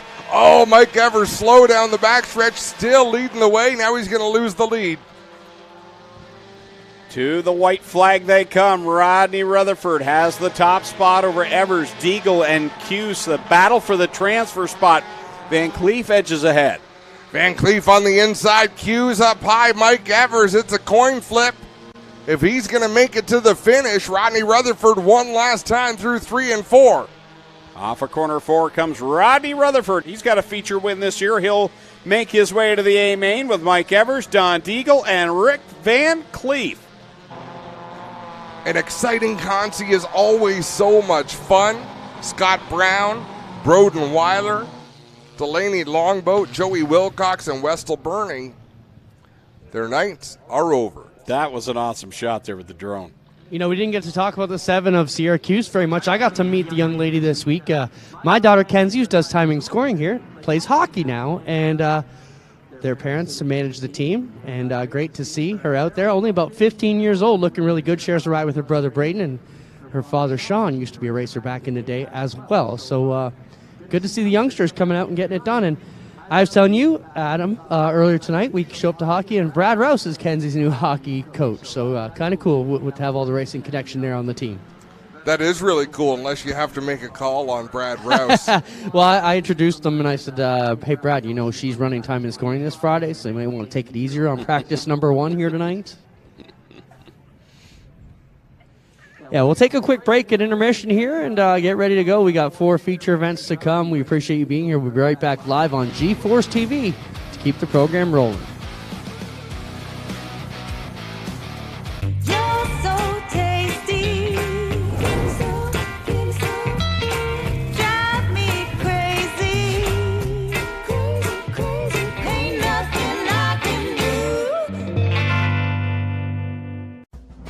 the scene since 1949, Fast Eddie was born with a lead foot and a burning need for speed. His passion for speed and sport has been captured in this authentic collection of vintage-themed gear. Created for gearheads, riders, and racers, Fast Eddie truly encompasses the great Canadian racing culture we have from coast to coast. Drive hard, get dirty, and look good doing it. Fast Eddie Speedwear. Get geared up. Early man discovered fire, but Quick perfected fire. Quick is the only fire starter that guarantees to start your campfire, wood stove, or fireplace without the need for kindling or paper. Find your nearest Quick retailer at quickquick.com.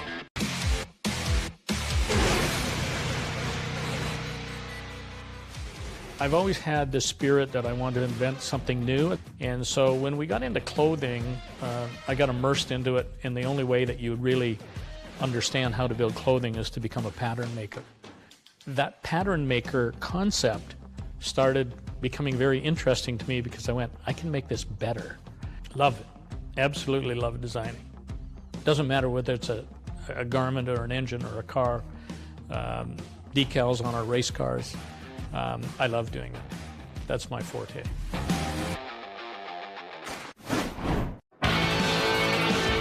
Well, good evening, everybody. Welcome to our weekly race chat. Adam Ross and Clinton Jeffrey are live and interactive every Tuesday night. Rivals Race Chat is your home for race discussion, debate, news, interviews, and more. They'll even take your questions and comments live on the air and talk to some of the newsmakers each week. Tune in every Tuesday night at 8 p.m. on G-Force TV.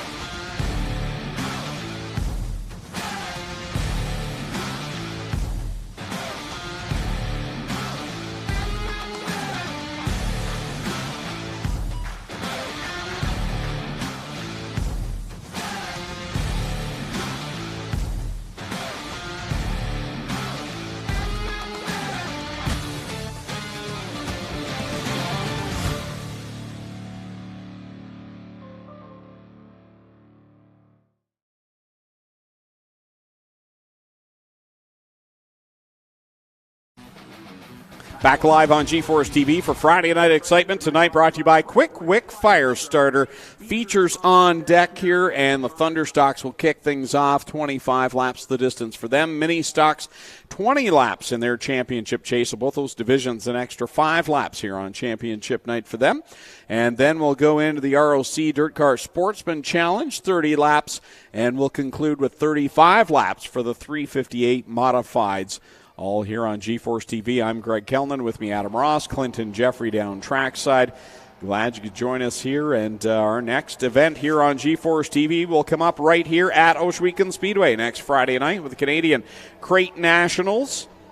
360 sprint cars and the crate sprints on the card next Friday night. And then the following night, same 2 divisions, but it'll be the 18th running of the Canadian Sprint Car Nationals, brought to you by Nitro 54 Variety and Aero Express. 360 sprint cars going for $10,000 to win in the annual Fall Classic that we have here at Ohsweken Speedway. Plenty of tickets and camping available for next weekend. So get in on that and make sure you join us here at OhswekenSpeedway.com for all the information on how you can get tickets to be here next weekend. But there will be plenty of general admission tickets. We should make note of that. You don't have to have tickets in advance, but if you'd like to buy them in advance, you definitely can for next week's 2 shows.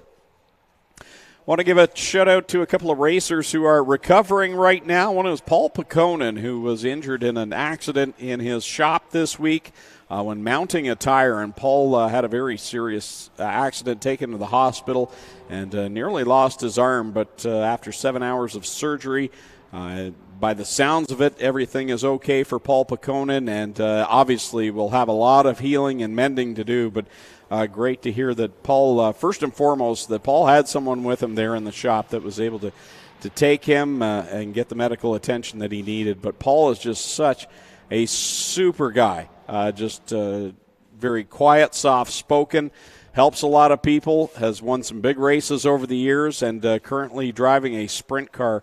And our thoughts go out to Paul Picona and just hope he has a speedy recovery from a very serious accident. Also want to send out our thoughts to Mark Hitchcock, driver over the years of the number 95 small block modifieds, the driver I grew up watching at Can-Am Speedway and Eastern Ontario tracks. And Mark is recovering as well from an automobile accident, and a very serious one there as well. And I hear that he is doing well. And so our thoughts go out to Mark Hitchcock and Paul Picona at this time as they recover from some very serious accidents, some very talented drivers right now on the men. So our thoughts go out to both of those drivers.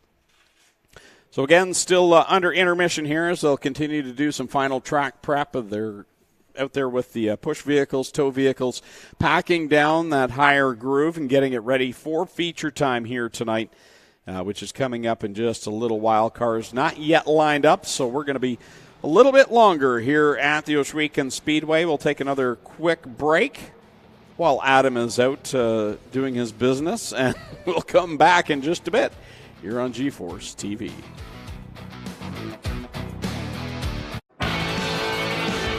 Well, good evening, everybody. Welcome to our weekly race chat.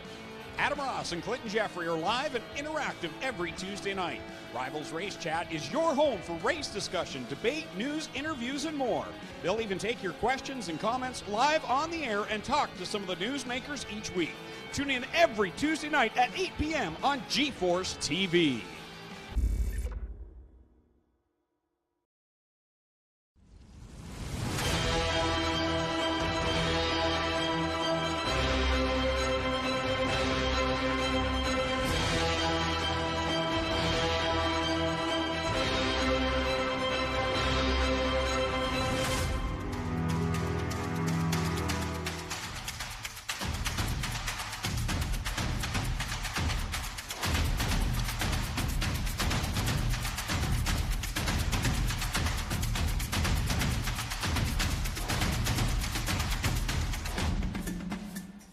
Early man discovered fire, but Quick Quick perfected fire.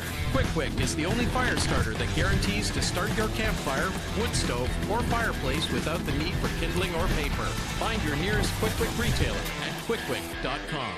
You're so tasty. Drive me crazy. Crazy, crazy. Ain't nothing I can do.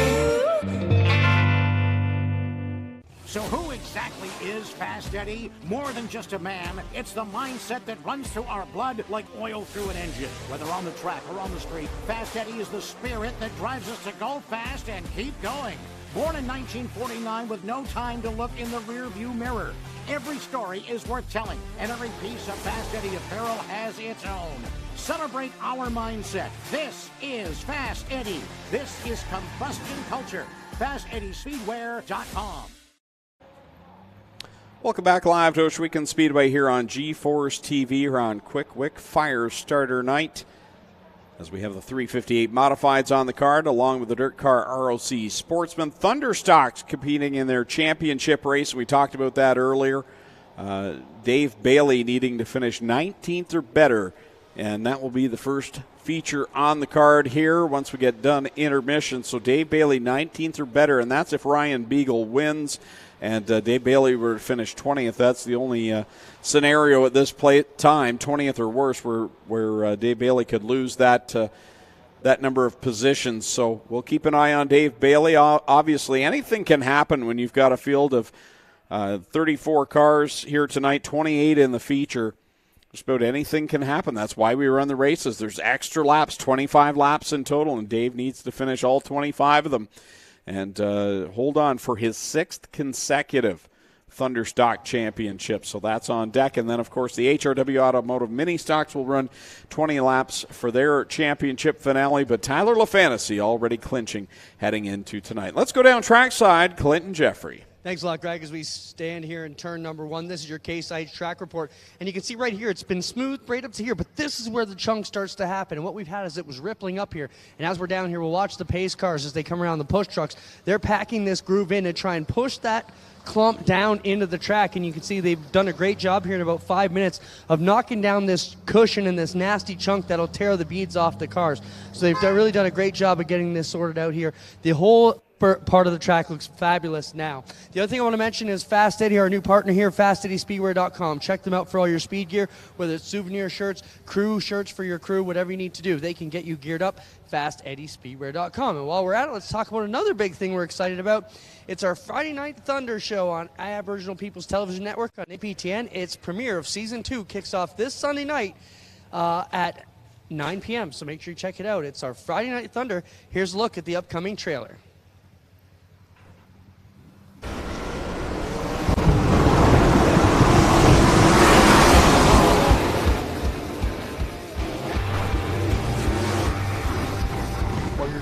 I had a huge crash, back-to-back concussions. I've taken 4 years off, so I feel pretty good. You just don't know until you're out there.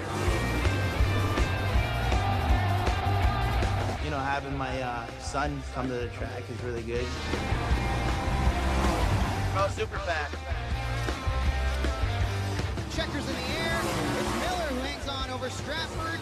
Was able to hold up everybody to get a win. First heat win. The big story here is this right here, this guardrail in turn number 1. It's never been here in all the years of Humberstone Speedway's existence.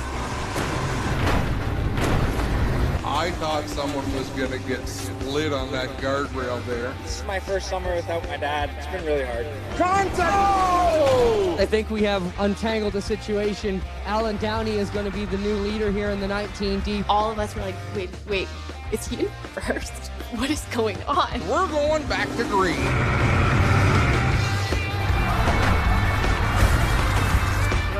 Parachute! I'm only here for the mud and the fun. And the money. It has punched right through the wall, guys. Johnny, can I bum you for a front wing post? I got 30 other trailers there.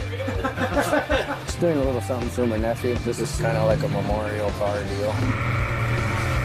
We ran 99 and we went 24th to 11th. Extra set of wings helps, I guess.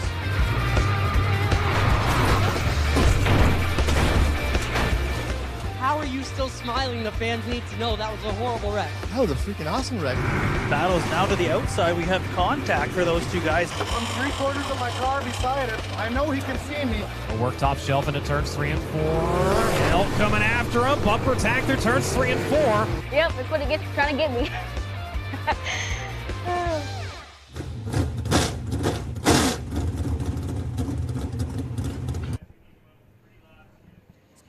Well, if you haven't seen Friday Night Thunder, I strongly suggest you watch Season 2 coming up this Sunday starting at 9 o'clock. And I just have my PVR set to record everything in the series, and I'm looking forward to Season 2. Just phenomenal work they've done to put those together. Great looking product for sure. Exciting to see the sport showcased that way. Let's give you the starting lineup for the Thunderstock feature event. 28 cars going to take the green on the pole. In the 17, it's Frank Turkey alongside. In the 13, it's Casey Huffman. The 41 is Adam Plazik. The 11 is Go Fast Teeple. 55 is Mike Thorne. The 427 is Tim Phelan. Ken Sargent drives the 25. Mark Fawcett in the 32. The 108 is Zach Bleach. And rounding out the top 10 is the 28D of Donnie Lampman. Chris Hale drives the 79. The 28 is piloted by Jim Lampman.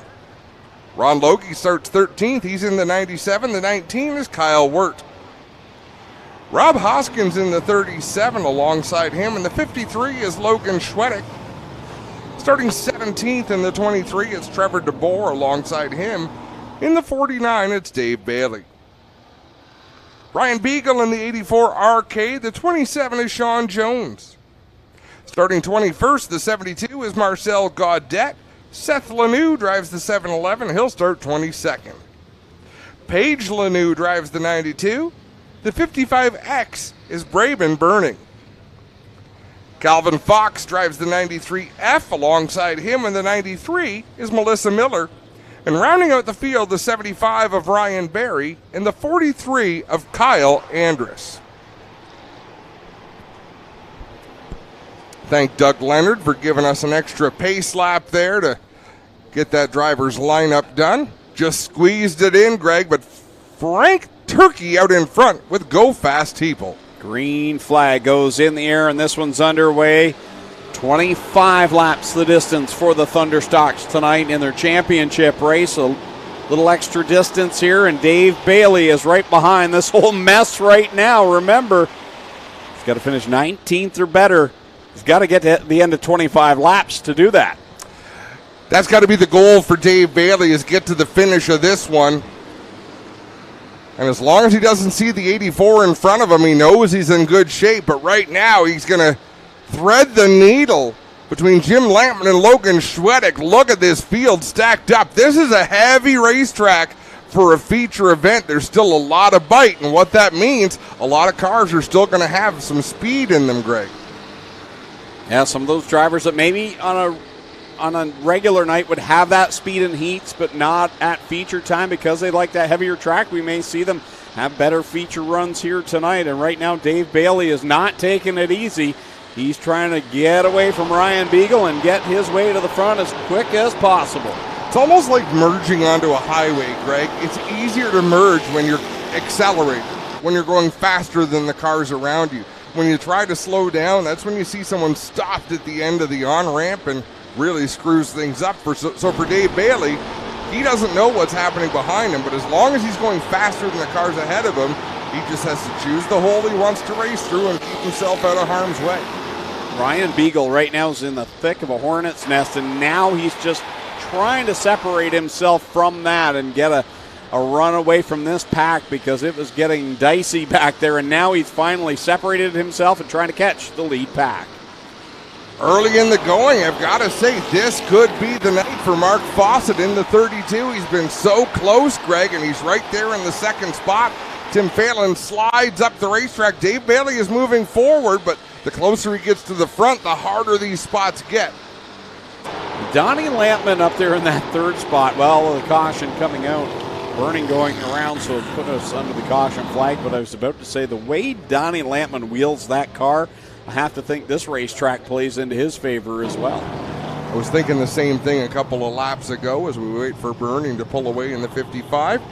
We've got to give a birthday shout out to Dave Sargent here in the stands watching the action tonight. Now, is that also why the 25 has, happy birthday, David, on the side of Kenny Sargent's car? So lots of birthday wishes for Dave Sargent.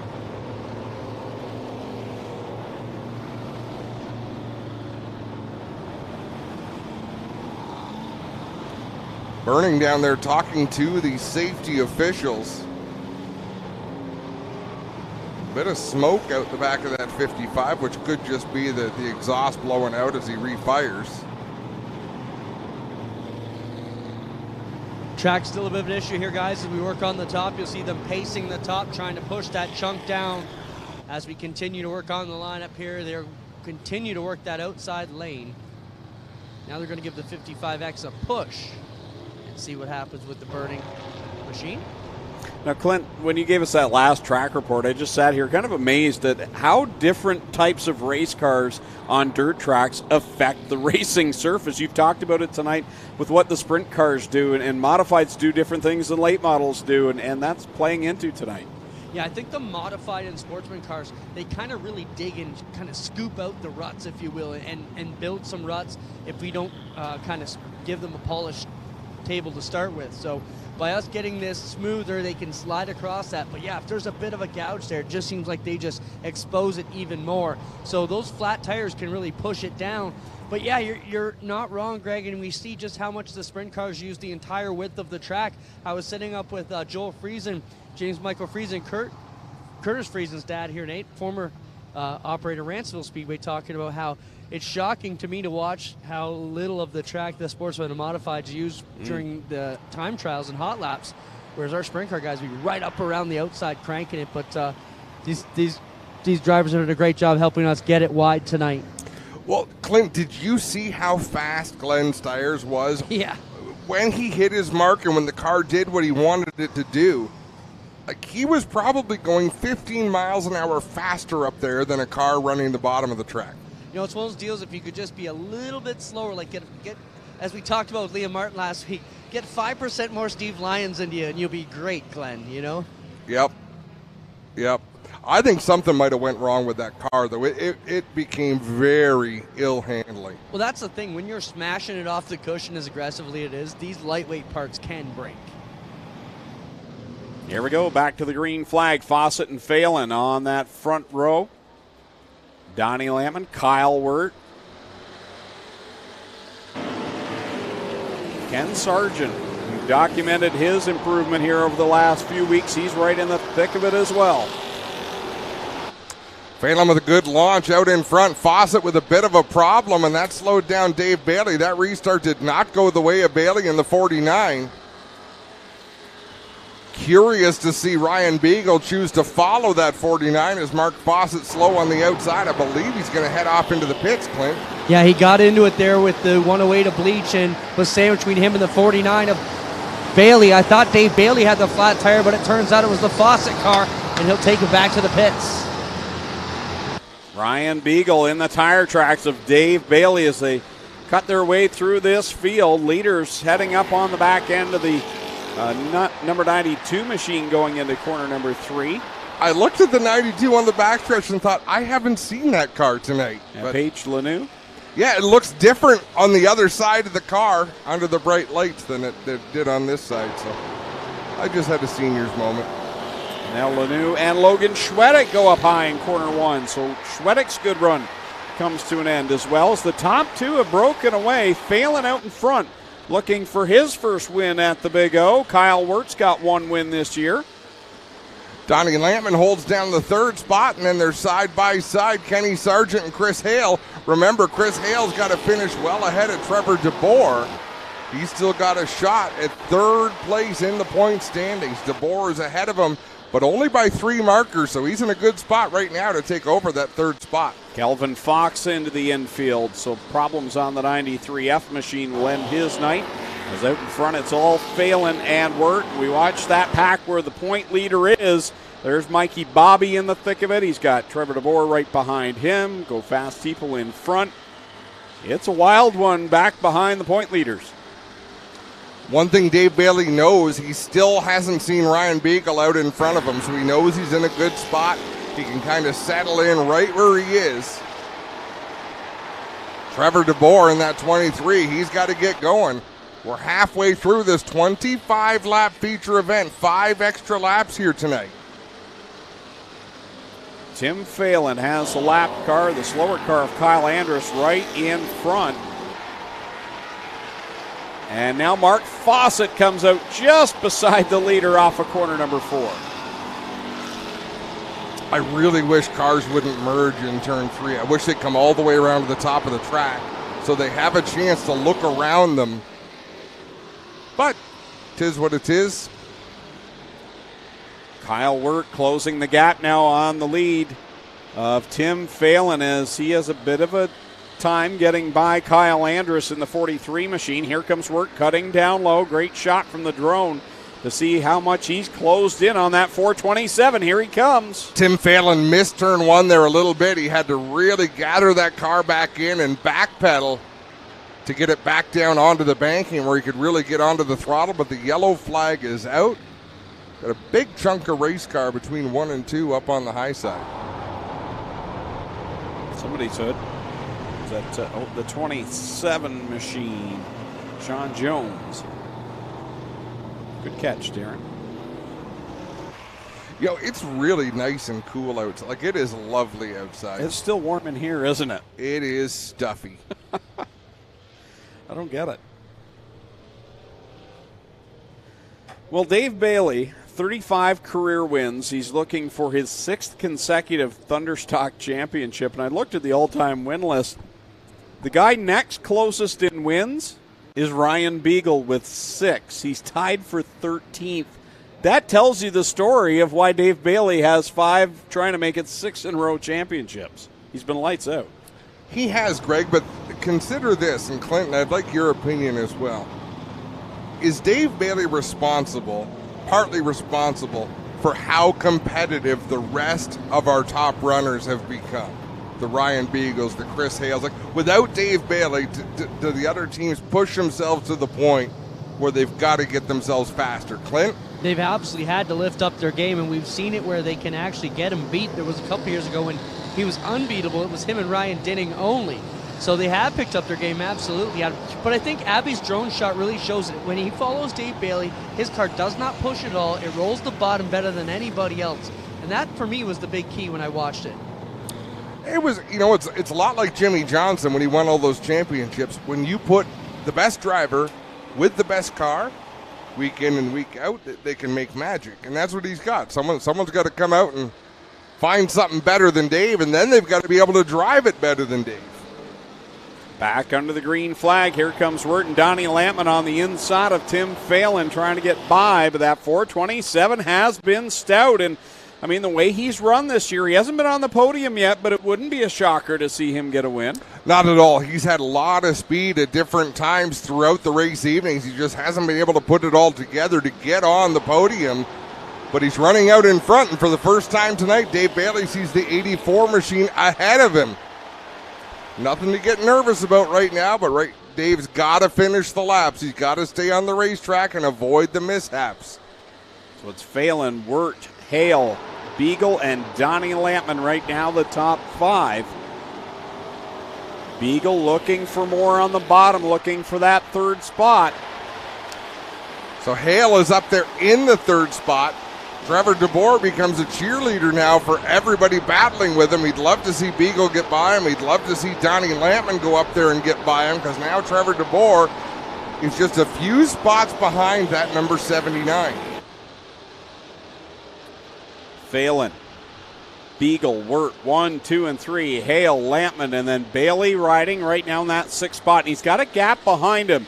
Trevor DeBoer riding right there, and then you've got Hoskins, Bleach, and Sargent all going at it. Phelan up high, Ryan Beagle challenging for the lead down on the bottom, and here's where it gets a little bit cruel if you're Tim Phelan.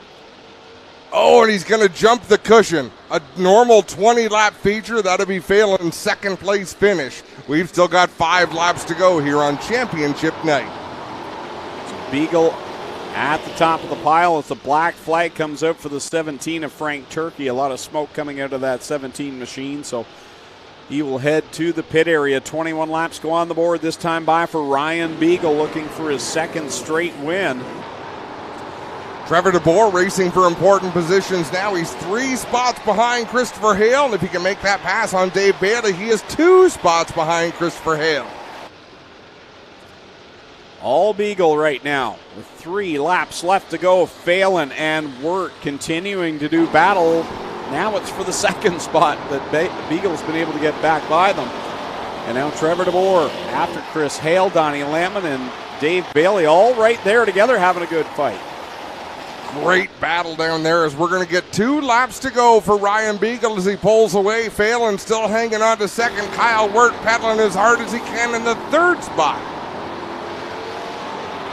Beagle stretching his advantage, heads into corner number 3, coming to the white flag this time by Phelan, looking to get on the podium for the first time here tonight, as he's got Kyle Wirt charging on the bottom, but it's all Ryan Beagle to the white flag. Chris Hale just about turned that car on a dime to cross over. Trevor DeBoer coming off of turn number 4. They'll drive it deep into 1 and 2. They'll be side by side down the backstretch. Out in front, though, it is all Ryan Beagle. Coming to the checkered flag, win number 4 on the season, 7 in his career at Ohsweken. Ryan Beagle wins over Tim Phelan, Kyle Wirt, Trevor DeBoer, and Chris Hale, your top 5. Fabulous finish. And you know what, Spencer? Do we have a top 20 that we're going to do? We have a full field rundown, or did you figure out how to do that?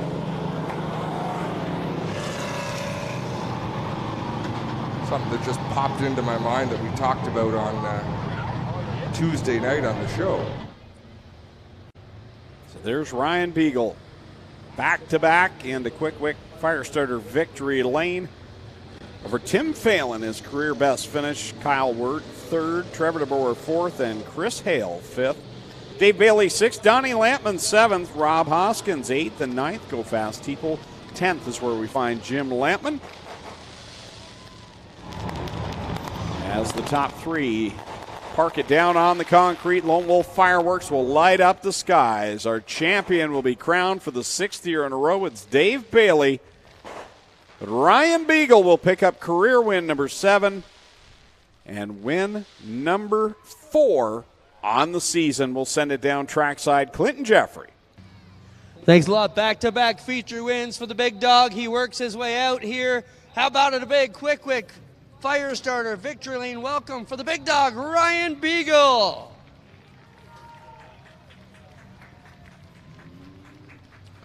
Ryan, we've seen you run good in the slick stuff this year, but man, this heavy track worked good for you too. You just drove it to the bottom and drove away from these guys. Talk about your drive tonight, big guy.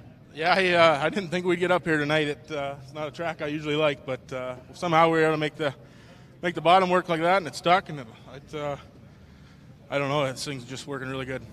Adam was asking, he was asking our opinion. Do we think Dave Bailey made the rest of you guys pick up your program? Is that something safe to say? Oh, that's 110%. It's you got a guy running like that. The only way to beat him is to figure it out and run with him. So no, that's 100% true. You've been the one doing it. Congrats, Ryan. Thank you. Ryan Beagle grabs back-to-back feature wins here. Let's go over here and talk to Tim Phelan. Tim, what a great drive. Your first time on the concrete this year. You were fast. Adam was joking and saying, man, this is a 25 lapper. If it was a 20, you would have been, you might have had a shot at him. Yeah, that would have been nice.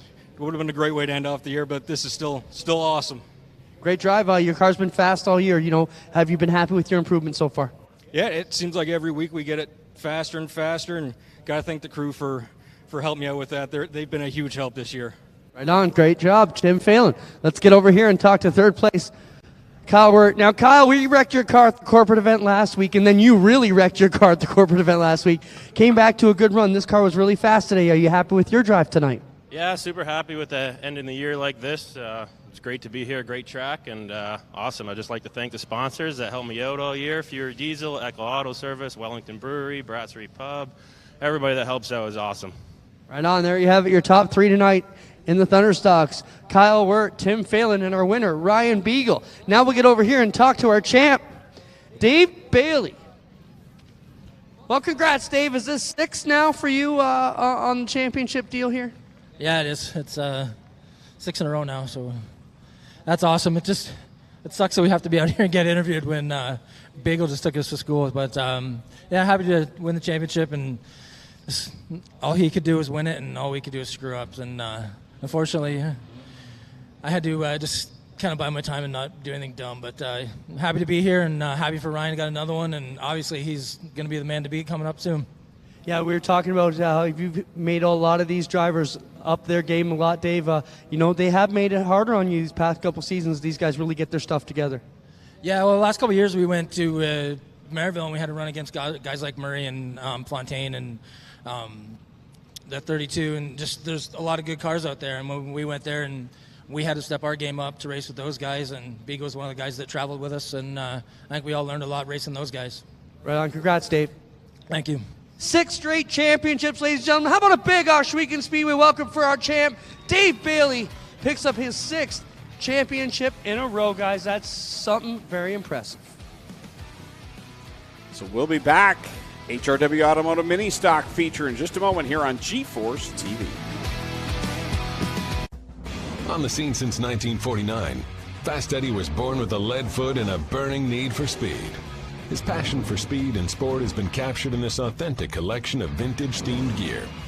Created for gearheads, riders, and racers, Fast Eddie truly encompasses the great Canadian racing culture we have from coast to coast. Drive hard, get dirty, and look good doing it. Fast Eddie Speedwear. Get geared up. You're so tasty. Drive me crazy. Crazy, crazy. Ain't nothing I can do. Early man discovered fire, but Quick Quick perfected fire. Quick Quick is the only fire starter that guarantees to start your campfire, wood stove, or fireplace without the need for kindling or paper. Find your nearest Quick Quick retailer at quickquick.com.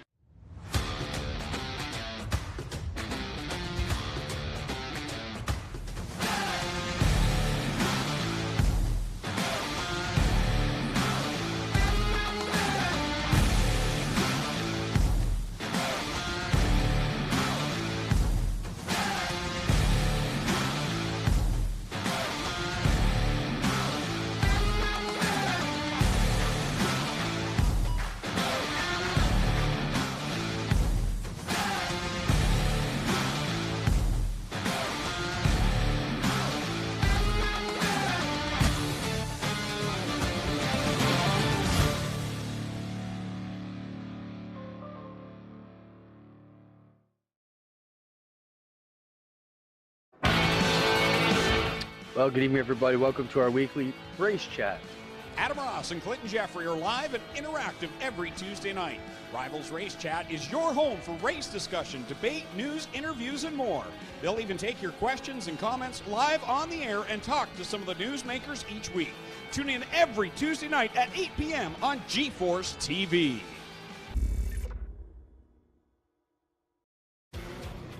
Back live at Ohsweken Speedway for Quick Firestarter Friday Night Excitement Championship feature event. 20 laps of distance for the HRW Automotive Mini Stocks.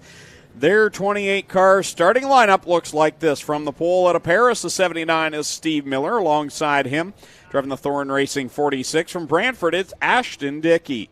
Starting third from Cambridge, the 69 is Rob Twitchett.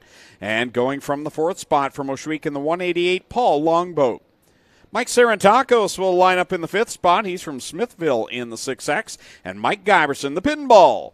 From Caledonian, car 11 goes from sixth. Going seventh out of Hagersville, Jeremy May in the 10J. And Jason Tolton from Guelph in car number 1. He'll go eighth. Ninth spot, Ryan Hiller from New Hamburg in the 21H. And going 10th from Beamsville, Nico Hansen in the 27.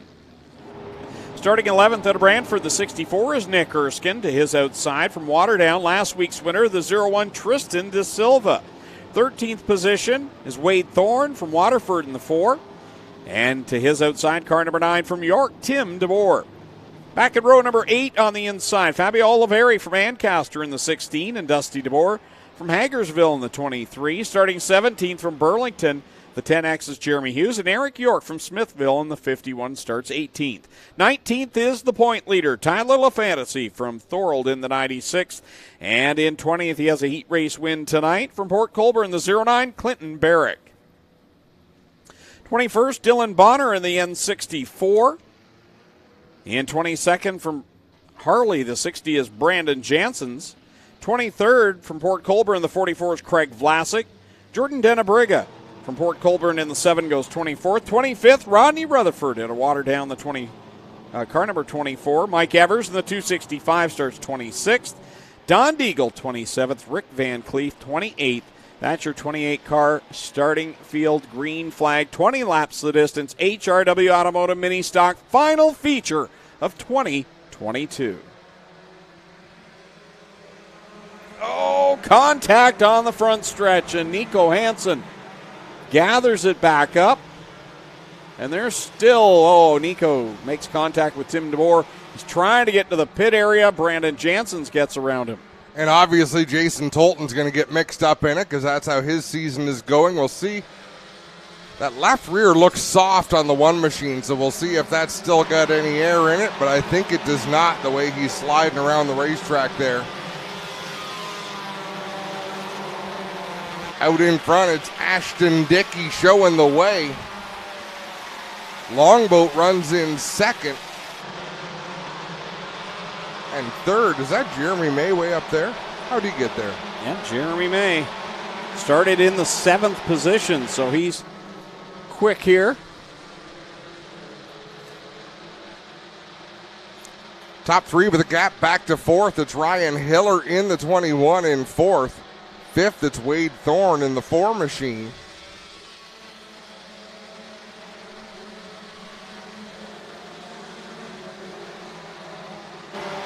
Side by side for 6th, Wade Thorne up on the high side, the 16 of Fabio Oliveri. Sorry, that's for 5th. Now the battle is for 6th side by side. Fabio Oliveri on the inside of Doug Erskine in the 64. Problems! One car gets sideways. That's Mike Serentakos in the 6X. And he gets cleaned out by the 09 of Clinton Barrick. Steve Miller is involved. Rick Van Cleef was involved.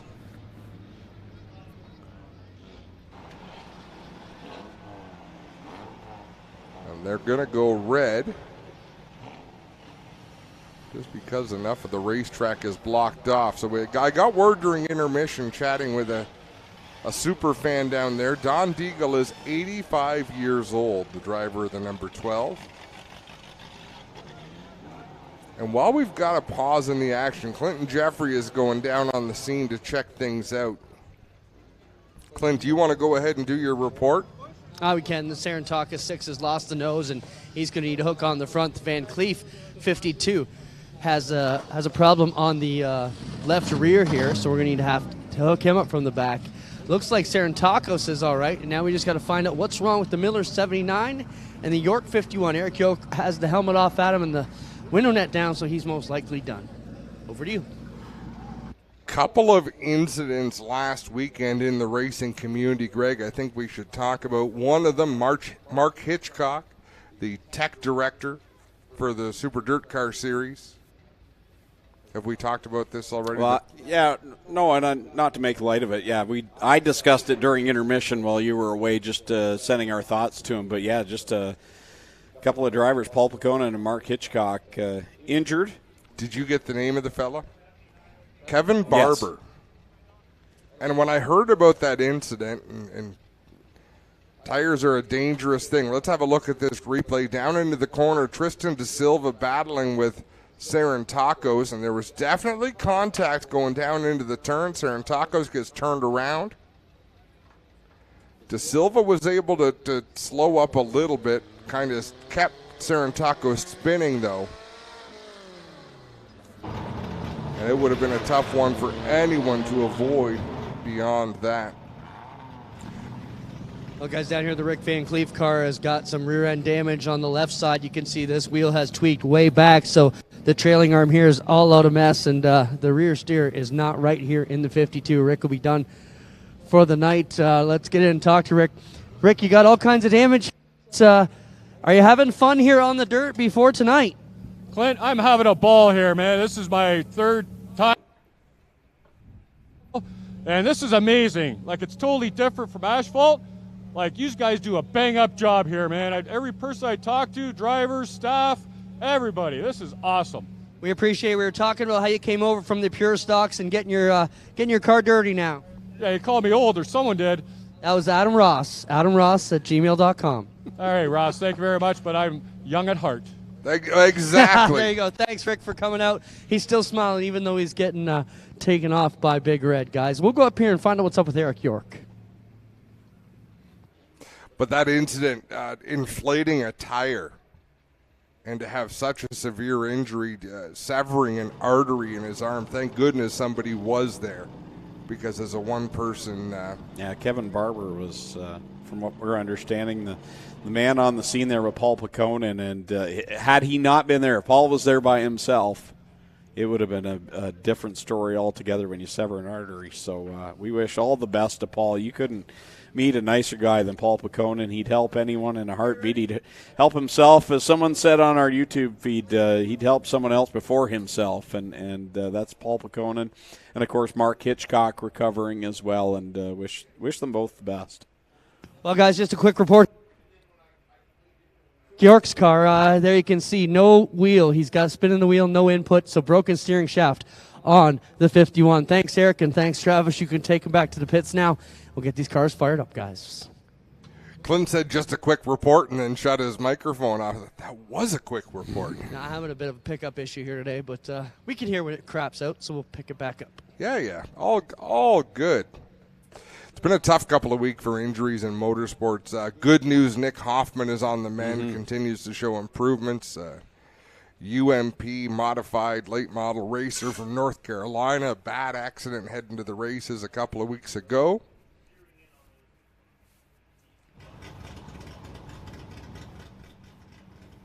It's nothing new in racing to have accidents like that. Accidents at the shop, accidents away from the track. Just with social media, we hear about everything, and you hear about it right away. Well, what was probably a good season for Eric York in his books ends on a sour note, but I think Eric York's got to be pretty happy with how his 2022 season went on a whole, picked up a feature win, and has been right there in the thick of the feature race win conversation every week. There's been phenomenal parity in this mini stock class. LaFantasy hasn't been lights out faster than everybody else. I'd be curious, but it would take some homework, and I don't do much homework. But I'd like to go through and look at fastest laps from every feature race and see where LaFantasy stacks up. Or even laps led. Oh, I know there wouldn't be a ton of them. Yeah. Look at him right now. He's back there deep in the top 10, and he'll probably race there. Then all of a sudden with 2 to go, he's like, when did he get to the top 5? Yeah. What's he doing in third? Yeah, that's been Tyler LaFantasy this year, and another championship for him. He's been living in a LaFantasy world, Greg. There you go. That works so much better now that we're saying his last name that way. That's true. His previous championship, 2014. I missed an entire generation of racing here because I left in 07 and didn't come back till 17. So there's drivers that I never really watched excel. I saw Dinning win a little bit, but not a ton. You've only been back since 2017. Seems like longer, doesn't it? Oh, it does.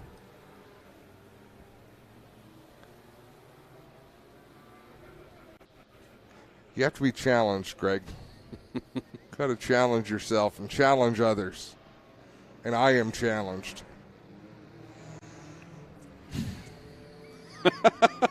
That you are, my friend. Raising the bar's treating you well tonight. All that fresh food. Fantastic. The booth is living up to its name tonight. I couldn't let it go since you are. It's nature running its course, Greg. Is that what you call it? Green flag back in the air, and Jeremy May started 7th. Here he is, top of the pile. Ryan Hiller as the yellow flag flies.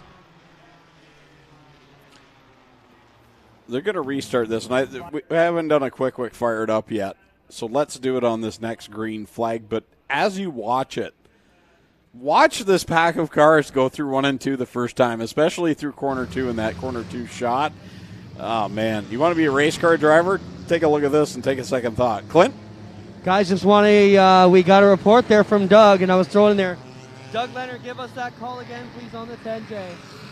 10J is getting a warning for his jump on that last restart. The 46 is the control car and has chosen the outside.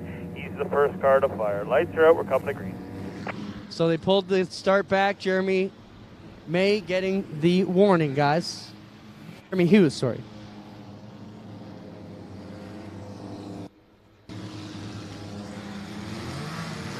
Let's go to a quick fire it up.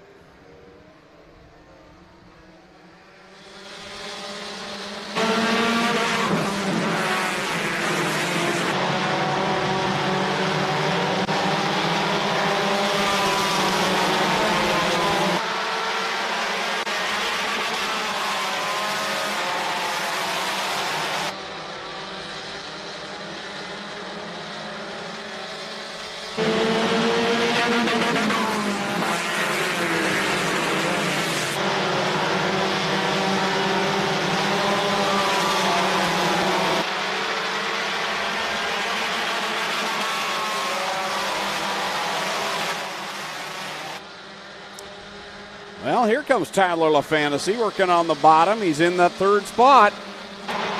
just to make a liar out of me, he gets up there into the top 3 on lap 3, but he's not having an easy time with it. Oh, Wade Thorne just about wrecked his own car. And his own car, is there still a left rear? No, there isn't. Left rear gone for Ashton Dickey. That's got to be interesting. And Wade Thorne's up high in corner number 4. He's got the right front down. Where is the left rear of Ashton Dickey? There it is. Oh, that is mangled. Yeah, bounced off the wall in turn number 2, came back down across the track, almost made it to the infield, but laid over. Ashton Dickey didn't lose any spots. Just watch this.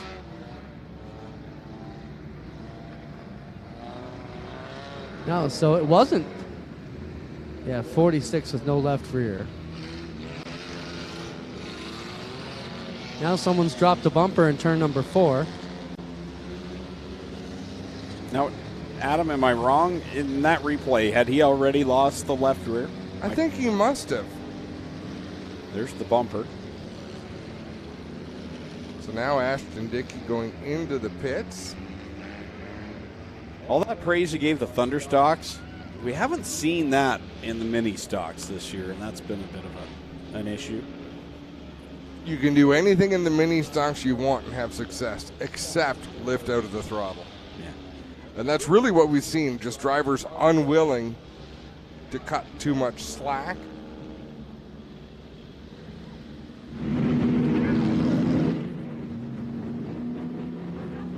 Our speed shot is not so speedy right now, but nice crisp image of these cars going by. So I'm not sure if we can have another look at that, but back it up just a little bit farther and see if that wheel had already come off or where the contact happened. I didn't see the exact moment of contact that caused the right front to go for Wade Thorne and the left rear for Ashton Dickey. Here we go. So looking right in the middle of the screen, Ashton Dickey.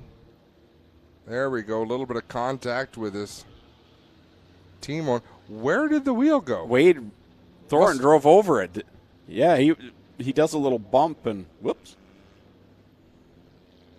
That's what I was like, where did the wheel go? But we'll watch this. If you had a telestrator, Adam, I would show you by circling it. We're going to put the telesketcher to work.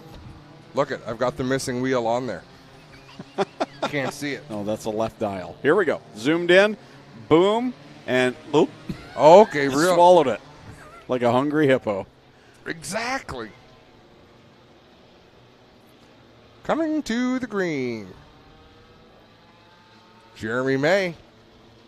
Ryan Hiller. Here we go. Tyler LaFantasy, none to lose tonight. He's already clinched the title. He's just going for another win, and they're 4 wide through corner number 2. Fabio Oliveri with a great start there on the 16 machine. They'll race into 3 and 4, 2 wide. Oh, contact between LaFantasy and Fabio. And Fabio doesn't appear to be moving. This is going to get interesting because when the yellow comes out, I don't think Fabio is going to take off. He's a veteran enough to know that sit there. He should be veteran enough to know to sit there for a little bit longer. Can you go back to green without putting LaFantasy to the back? I'd have to see it. You saw it. No, I was looking up stats when that happened. Here it is. I mean, I don't think it's malicious, but clear contact. And one of the questions you ask yourself is, would the 16 have spun out if nobody else was there? And I dare say, no, he would not have. I think LaFantasy even tried to stay off Fabio. He just had so much speed carried that carried into the corner and contact was made. Happens.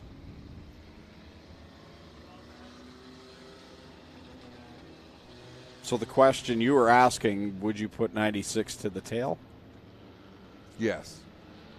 I'm not a race director, but I guess, yes. I guess you have to, right? But you have to be in control of the front of your car, do you not? That's right. That's right.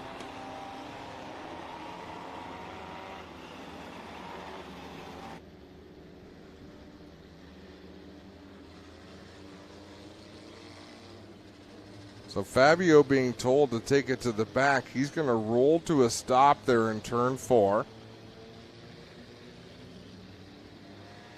Which doesn't make Doug Leonard too happy. He'll tell his official not to go over there. That's a young, impressionable official. So now he's just going to pull it up a lane and stop.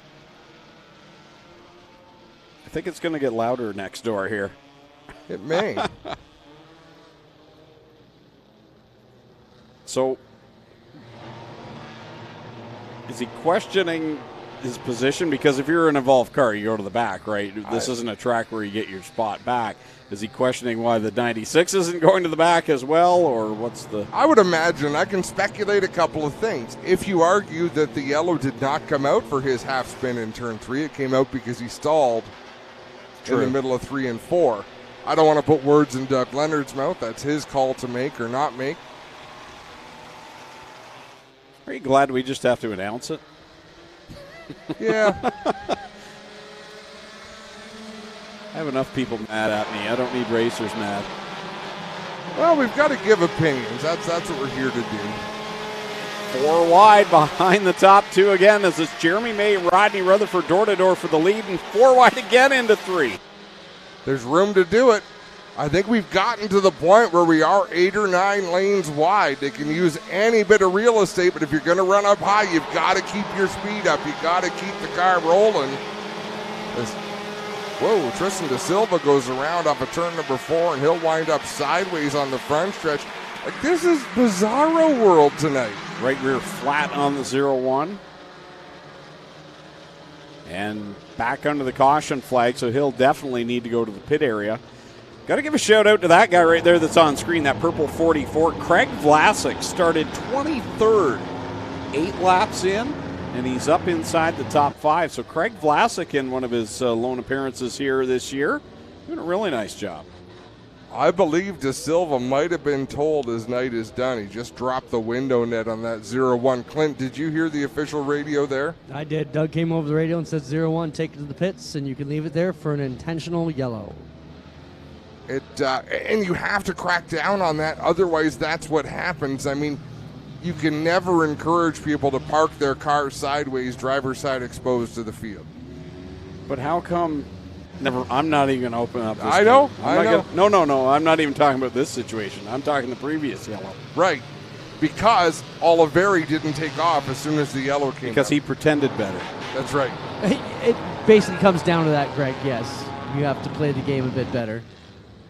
So either his car wouldn't fire until it had a push, or he knew he would get disqualified if he stayed stopped and took right off again, so he let himself get a push. So I'm not saying it's right, it's just how it is. Yep. It's optics. Here we go. We'll try it again.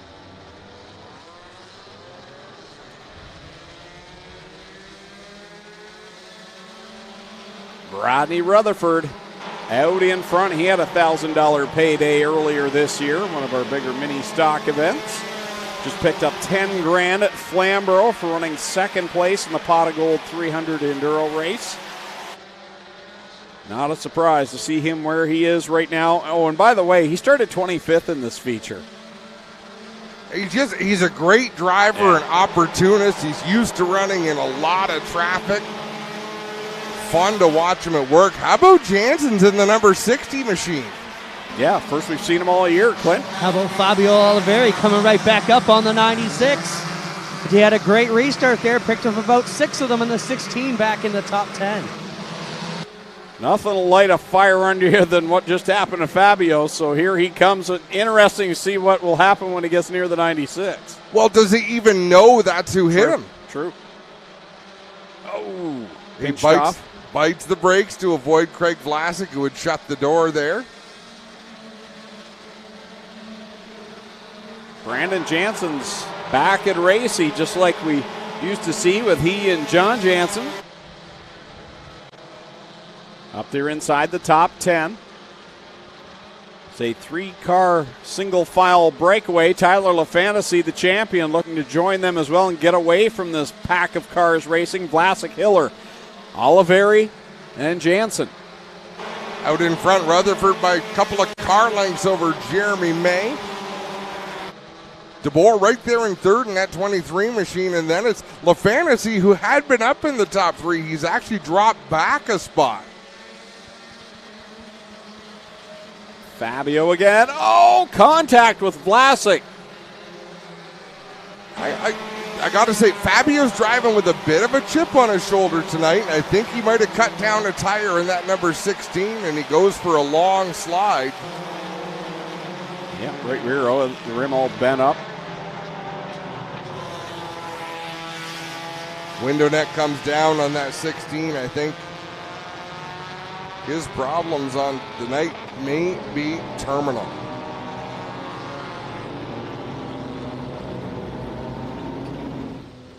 Been a good year for Fabio, not the way he wants it to end.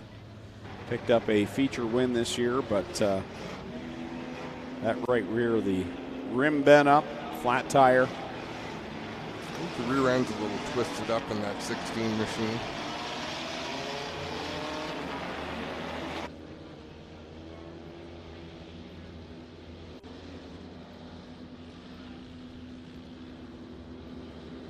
Doug Leonard reminding Fabio.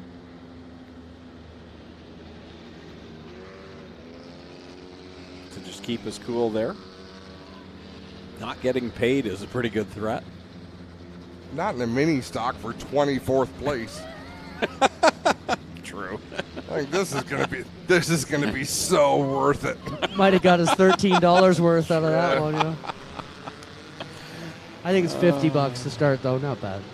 No, for sure. For frustration, and it's that time of year. It's been a long summer. It's been a real grind. Finally, after 2 years of pandemic racing, this has been a real grind as Rodney Rutherford brings him slow through 3 and 4 back to the green flag. Oh, my mid-pack looks ugly right now. We got almost 5 wide down the front stretch. They all going to make it through 1 and 2. Hansen, DeBoer, Hiller. Nick Jansen's up on the high set. Oh, baby. Uh-oh. And they're still running into the infield. There's people at the back of the field hammered down going, Omaha. I want to be elsewhere. Oh, Pinball's got damage on the right front. There's Brandon Jansen, 60. Black flag to the 0-1. As he had already been told to park it for the night, but came back out on the track. And we're back under the red flag again. Let's watch this all unfold.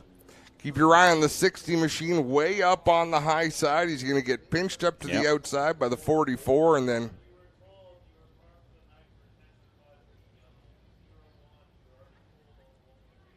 and all heck broke loose. Oh, Tim DeBoer.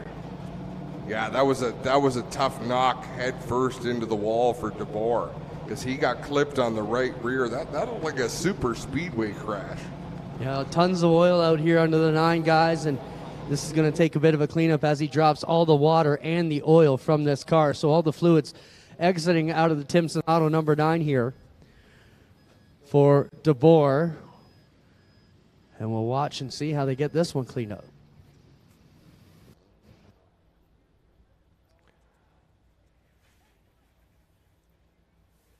Well, the good thing is Tim able to climb out. Let's watch this. Tim is already in a bit of a kerfuffle through 1 and 2 with Hiller and Hansen. And bang, the right rear sends him hard into the wall. You're right, that did look like a backstretch Talladega crash, didn't it? It really did. They popped the hood off the 9 machine. So we'll take a quick break while the cleanup continues. We'll be right back here on G-Force TV.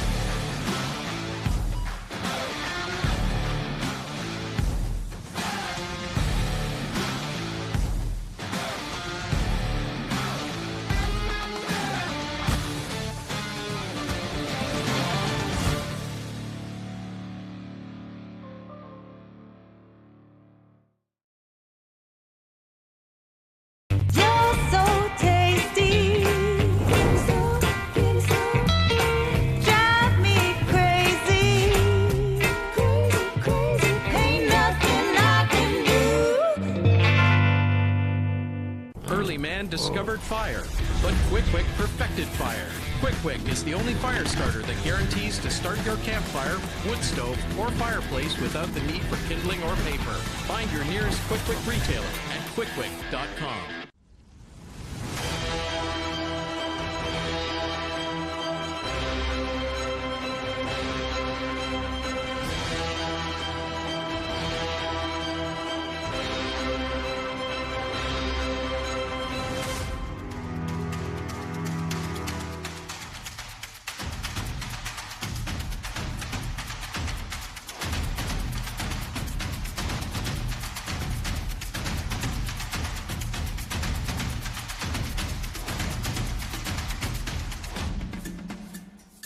So who exactly is Fast Eddie? More than just a man, it's the mindset that runs through our blood like oil through an engine. Whether on the track or on the street, Fast Eddie is the spirit that drives us to go fast and keep going. Born in 1949 with no time to look in the rear-view mirror. Every story is worth telling, and every piece of Fast Eddie apparel has its own. Celebrate our mindset. This is Fast Eddie. This is combustion culture. FastEddieSpeedwear.com. Well, we're back at Ohsweken Speedway where you see the carnage there on the back stretch as Brandon Jansen's number 60 is parked in the infield there, and we are still under the red flag here on Quick Quick Firestarter night, championship night for the Thunderstocks. That race has concluded. Mini Stocks trying to get through their 20-lap feature, extended laps, and still 7 to go in what's been a wild one, and I think Clinton Jeffrey might, no, he's working on the front end of that car. I thought he was going to catch up for an interview, but he's down there helping out as they get the 60 machine hooked up. Clint does so much more than we do, Adam. Yeah, but he doesn't talk much anymore. He's out there general managing in a general kind of way. You're such a linguist. Yes, I am. Yes, I am. And if you set me up that, you can't lob him into me like that, Greg. Jordan Denabriga looks like he's missing some front fascia on the 7 machine. Great looking race car. Once you learn to say that name, isn't it fun? It is. Denabriga. It's a little daunting when you first look at it. And there's the Jansen 60 on the hook.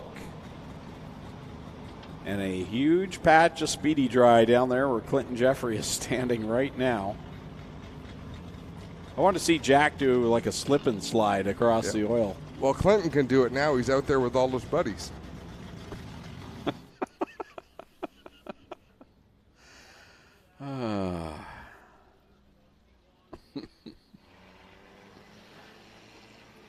He's out there operating without a net. As the field rolls his direction. So we touched on it earlier on. What a neat concept. The Pot of Gold 300-lap Enduro at Flamborough Speedway.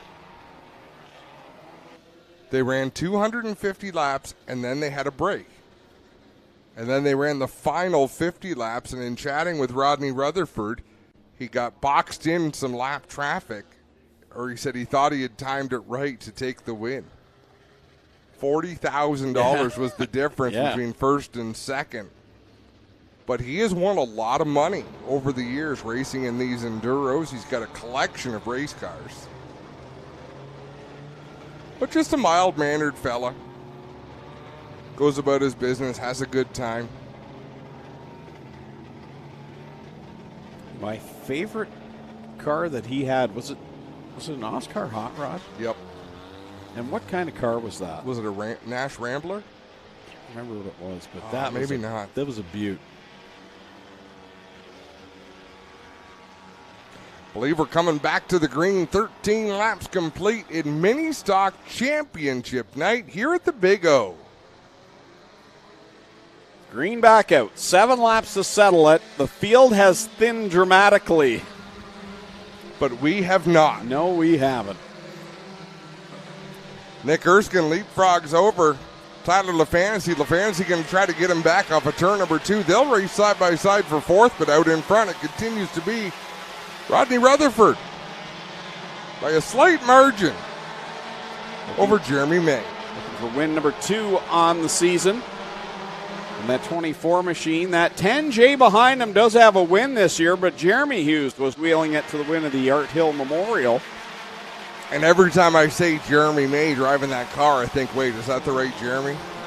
I know. Could they make it any more confusing for us? We don't need a lot of help. At least it's not like 10G and 10J. That would make it even worse. Third place, Dusty DeBoer, one of the better runs he's had in recent weeks in that 23 machine. Nick Erskine's doing everything he can to battle with Tyler LaFantasy. He looks to the outside down into 3 and 4. An impressive move by Erskine, looking for his first podium finish of the year. Black flag to Ryan Hiller from the flag stand as Rodney Rutherford will bring it to 3 to go over May, DeBoer. And then it's Nick Erskine and Tyler LaFantasy. Dylan Bonner having a good, solid performance right now in that 6th spot, regular from down at Southern Ontario Motor Speedway. Black flag again being displayed to Ryan Hiller. He's waving his arm this time. I believe he has heeded that warning.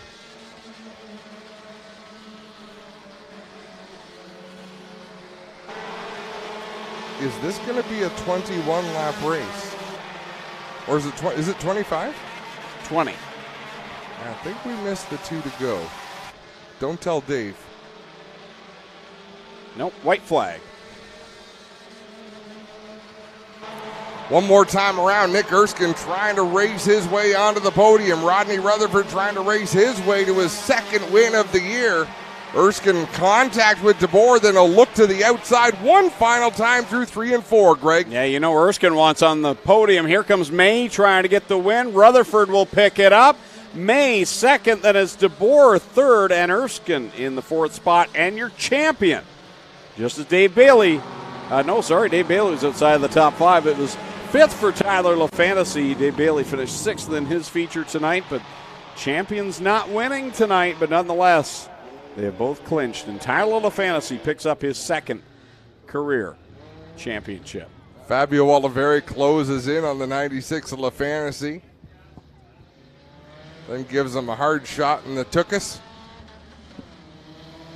Doug just came over the radio, said 16 will not get paid.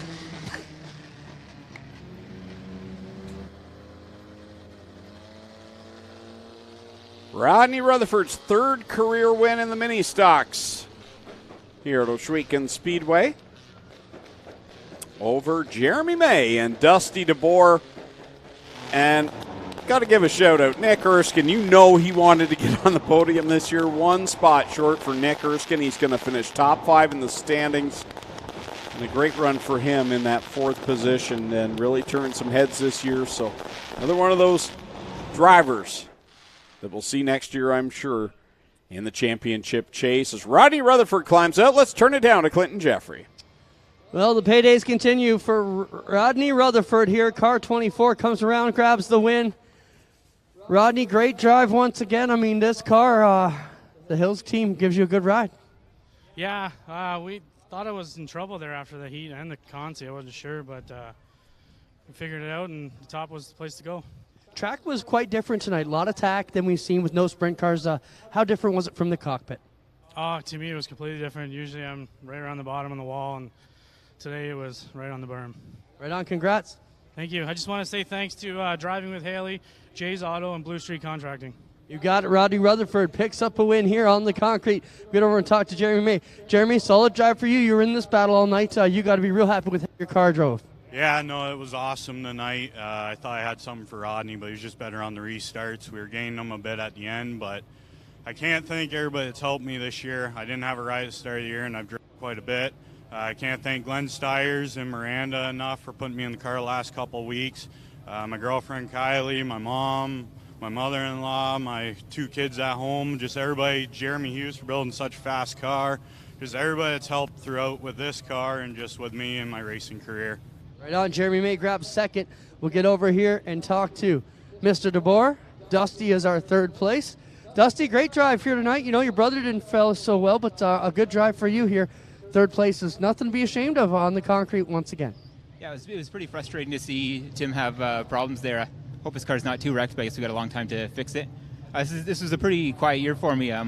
Felt all year it's like, oh, I'm not quite getting the good finishes, not quite getting where I was the other year. But at the end of the year, like, I'm second in points, I think, and I guess the pink car is not too cursed. I'd like to thank Mertimson Auto, Caledonia Auto Supply, and De Boer Machining for the help through the year. And thanks to everybody that puts this on to us. This is a good year. It was a fun year, and yeah, a lot of great competition here.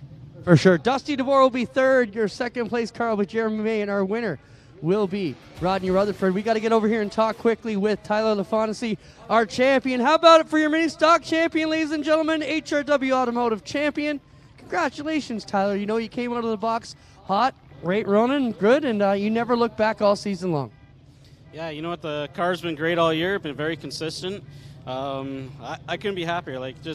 I love racing this track, the support from everybody, all the drivers here. They're great to race with. We're always friends talking in the pits after. I don't know what's up with the 16 tonight. You couldn't hold a line, but whatever. But yeah, thanks to Ohsweken. Thanks to all the track staff. They do an awesome job. All the racers out here. We love racing with them. Right on. Tyler Fantasy is your 2022 HRW Automotive Mini Stock Champion. How about a hand for him? We'll be right back live here on G-Force TV to get rolling with the ROC versus Dirt Car Sportsman events. You're so tasty. Drive me crazy. Ain't nothing I can do. Well, good evening, everybody. Welcome to our weekly race chat. Adam Ross and Clinton Jeffrey are live and interactive every Tuesday night. Rivals Race Chat is your home for race discussion, debate, news, interviews, and more. They'll even take your questions and comments live on the air and talk to some of the newsmakers each week. Tune in every Tuesday night at 8 p.m. on G-Force TV. Early man discovered fire, but Quick perfected fire.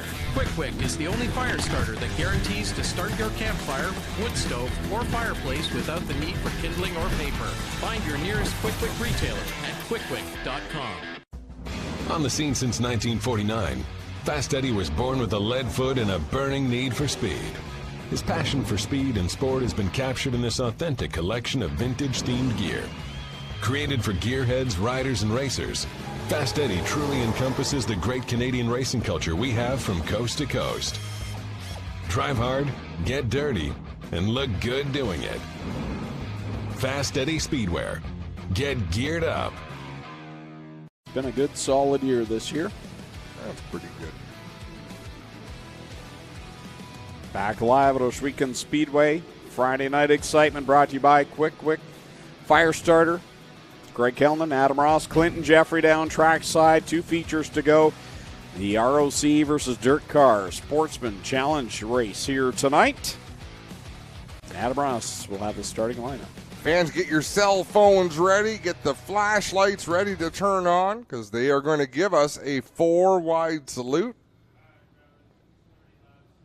On the pole for tonight's 30-lapper out of Port Robinson, the 108 is Bill Bleach alongside from Ridgeway. The 3N is Noah Mamo.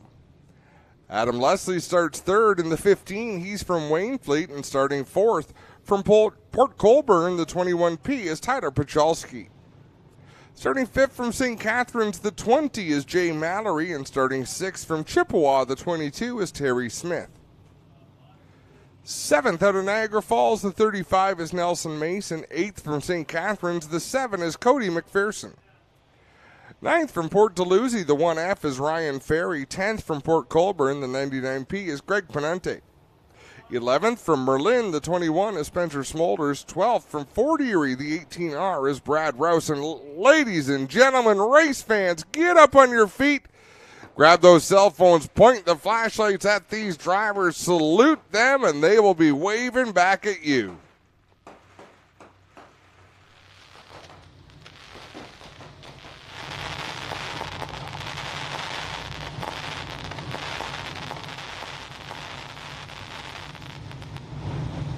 Get ready on the back straightaway. They will salute you as well. Make sure you salute them back. A beautiful field of Sportsman cars here tonight. A joint venture between the ROC Race of Champions and Dirt Car Series.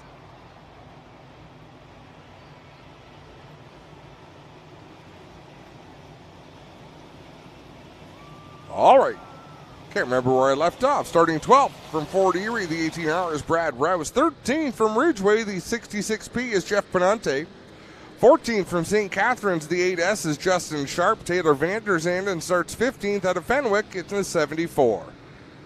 From Stevensville, the 25 is Chris Hawkins. The 0 is from Kingston, it's Xavier Andrews. 18th from St. Catharines, the 17C is Jordan Costco. 19th from St. Catharines, the 68 is Curtis Friesen. 20th from St. Catharines, the 72 is James Friesen. 21st, it's Trevor Wright. In the 09, the 20W of Nathan Lambert. 22nd, Rob Knapp in the 2K. Nathan Peaty in the 23N. Doug Walsh Jr. in the 49. And Mateo Penante in the 99P Jr. rounds out the field. Green flag goes in the air. Sportsman underway down at corner 1. Bleach will lead the train. And here they go. They'll all fan out through the corner and bunch up mid-pack. Greg Penante got caught up in that. Yeah, contact between Penante and I don't know if it was Smolders or if it was, I'm not sure who the contact was with, but got a lot of air down in turn number 1 and lost some ground there. Everybody takes evasive action. Out in front, it's Bleach in the 108 leading the way. Adam Leslie holding on to the second spot. Wow, it's, Ferry up over the front end of the 22 of Smith, and now Vanderzanden goes around and they'll all pile up in corner number 3.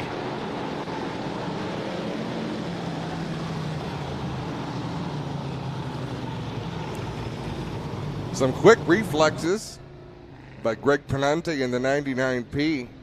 Spun that car sideways and might have avoided some heavy damage. Clinton Jeffrey will let us know. Chris Hawkins is in there up on 2 wheels. Justin Sharp in the midst of it in the 8S. Yeah, a lot of cars here on top of each other, but I don't think it's a lot of damage, guys. They're going to have to work on Big Red here to get Hawkins' car up off of the 49. Then we'll pull the Sharpie machine out of there. It looks to be all right so far. The Penante car can't see the front end yet, and then the 74 Vanderzanden, it appears to be okay. It looks like just a lot of body damage here, guys. Yeah, they kind of all slid sideways and nestled themselves in there. A little bit of jostling, but no vicious impact. There could have been. Put a car sideways in front of the field, and you never know what you're going to get. Justin Sharp's front tires are cranked hard to the right. So we'll see once they disconnect everything if he's able to straighten those. I mean, that right front. Terry Smith back in corner 2 is kind of where this started. He got shuffled out off of corner number 2 and then shuffled again down in corner 3, and then everything piled up from there. It was just furious off the top of the green flag. Drivers trying to move quick to get to the front. It's a wide track. It's a tacky track. It's a hammer-down kind of racetrack. Drivers get comfortable out there, and they drive even harder. That's the name of the game. You know, you want to get as much as you can. So what are they going to do to undo this puzzle down there in turn 3? I believe they're going to have to lift the Hawkins 25, but I don't know which part. I would have thought they'd be lifting the back end of it. Oh, he's fine. Rick, get out of here.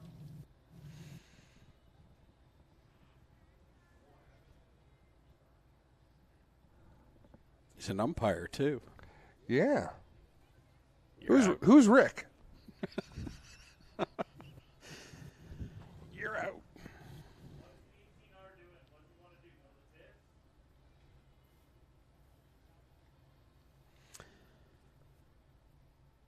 What a mess. Oh, we got people visiting others. Oh, that's out there. okay. So that's Terry Smith up there talking to Cody McPherson, and that's what I was talking about. The what happened off of corner number 2. And now he's going up around to talk to Brad Rouse. So if we do have a replay, it's going to go back to... Oh, we do not. Nothing off the speed shot either, eh? It came off of corner 2. Okay. So there was contact between the 7 and the 22 coming out of corner 2, and then they went down the back stretch, and I think it was the 1 of Ferry went down low in corner number 3, and then there was contact again there. I can't remember if it was the 1 with the 22 or another car by then had got into that, and then everything piled up.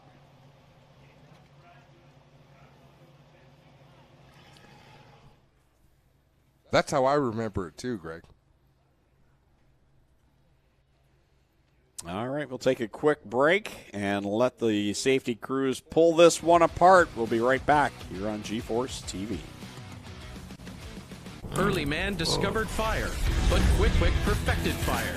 Quick is the only fire starter that guarantees to start your campfire, wood stove, or fireplace without the need for kindling or paper. Find your nearest Quick retailer at quickwick.com.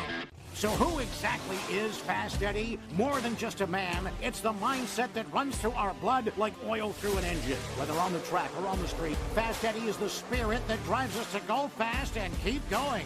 Born in 1949 with no time to look in the rear-view mirror. Every story is worth telling, and every piece of Fast Eddie apparel has its own.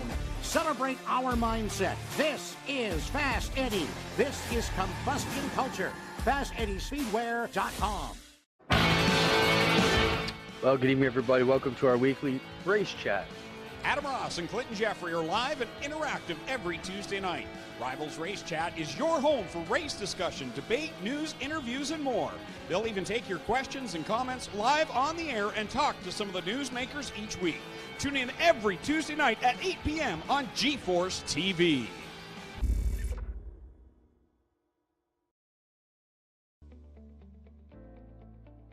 I heard about a new product line at NTN called Kize. Can you tell me about it? It's true, Kelly. Kize is NTN's new range of spherical roller bearings protected by steel shields fixed on the cage on both sides.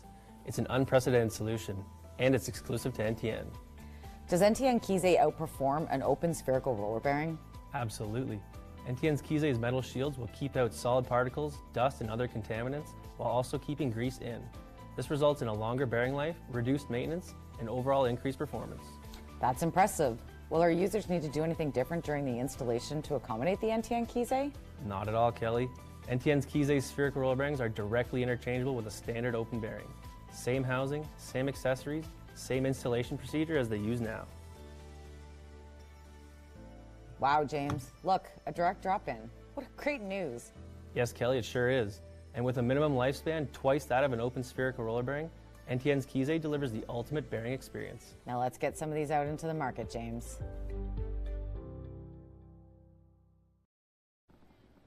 Back live at the Big O as they have separated some of the cars over there in corner number 3, and we'll get things rolling here as quickly as possible. But 2 laps on the board, a lot of carnage there. And as Clint said, though, it did look like a lot of body damage, no major parts. So Hawkins leaves the scene of the crime there. He's working his way into turn number 4, and the car seems to be doing what he wants it to do. Justin Sharp, a lot of body damage there, Clinton. Is that front end still functional, or is he done? I have my earpiece out, Adam. Which car were you asking about there? Sharpie. Yeah, a lot of body damage on the Sharpie car. The front end is jammed up here under the 99P. I think it's going to be all right. All the tires are still up. All the chassis looks all right. Body's not so great, but it appears to be all right. We'll wait and see what happens here when we get the 99 off. Taylor Vanderzand, his car appears to be all right, except for some left side body damage as well, but hard to tell until we get them off of one another.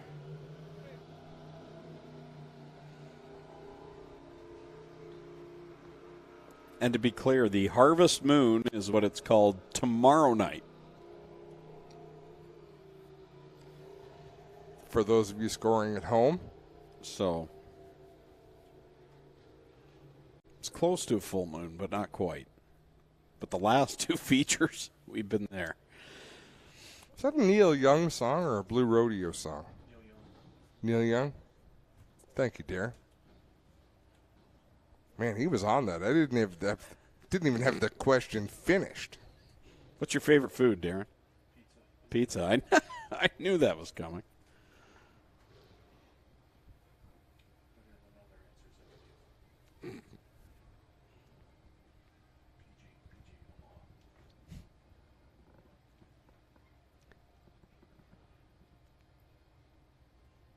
So, Adam, last APC race of the year comes up 2 weeks.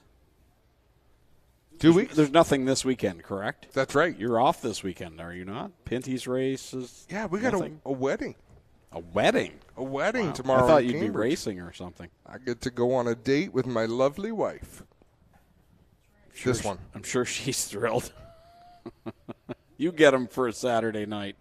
Clinton or I get a night off. It's funny how the seasons go in our house because late spring into summer, it's racing season, full bore. You get into the fall, and that's when we kind of see if we still like each other. And then usually the winter goes well because the fall we're like, yeah, we can live with this. We can coexist. Then we go on vacation, and life is good, and then we start it all over again. It's just a cycle every year. Spenante's been lifted up off the Vanderzand in 74. And after looking lights out fast in his qualifying heat, this one has not started out very well for Greg Penante.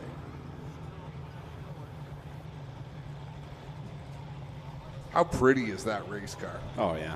They do such a nice job in the Triple J Motorsports team. Oh, that car has a name, too. Oh. What's her name?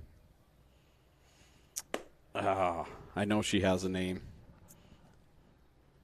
And it's a she? It's James Jennings, right? That is the team owner.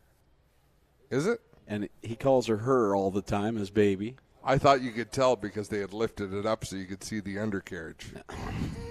You would go there, wouldn't you? I didn't know. I didn't know how you tell.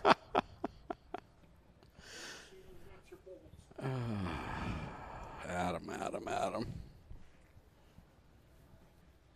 But, yeah, they always have beautiful-looking race cars. And if I'm not mistaken, about mid-season, he and Mateo both got in a pretty big accident at Merrittville Speedway and had a lot of work to do to get the cars going again. Yeah, that was a bad one. So Penante driving away, giving a feel, turn to the right, turn to the left. Man, that's pretty. So now it's Taylor Vanderzand, and we'll see how bad his car is. Yeah, his car's got flat left front issue there. We got to get this 22 car off the wall. And then I think we're ready to go for lineups, guys. A lot of cars beat up sheet metal-wise. Not too many issues, though, mechanically for a lot of these cars. You can race ugly. Bridget, thank you. Anthony Dortono. Bridget. And James mentioned it on YouTube as well. There you go, Adam. It's good to have no smart. undercarriage needed to find out the name. Well, you weren't going to find out the name, but we could have had a reveal.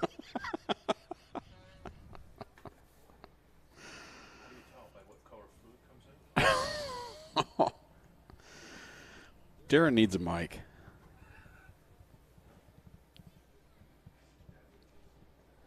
I think it's going to be a little heated over in the pit area tonight after the last couple of races. I think there's a few people upset tonight, more than we've seen this year.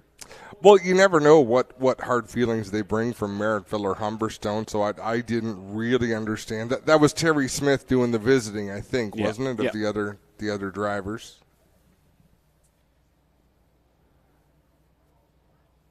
And it's always an adventure when you have to pull a car off, lifting it up from the back end when there's no driver to hold the steering wheel straight.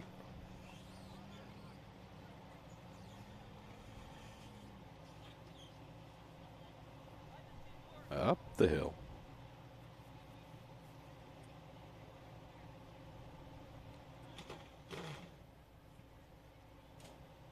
Wow. We literally have the easiest job, do we not? And we're doing a terrible We're job doing at a that. terrible job at that. Oh, what do you say? This is where a telestrator would be excellent, Spencer. Yep, the telesketcher.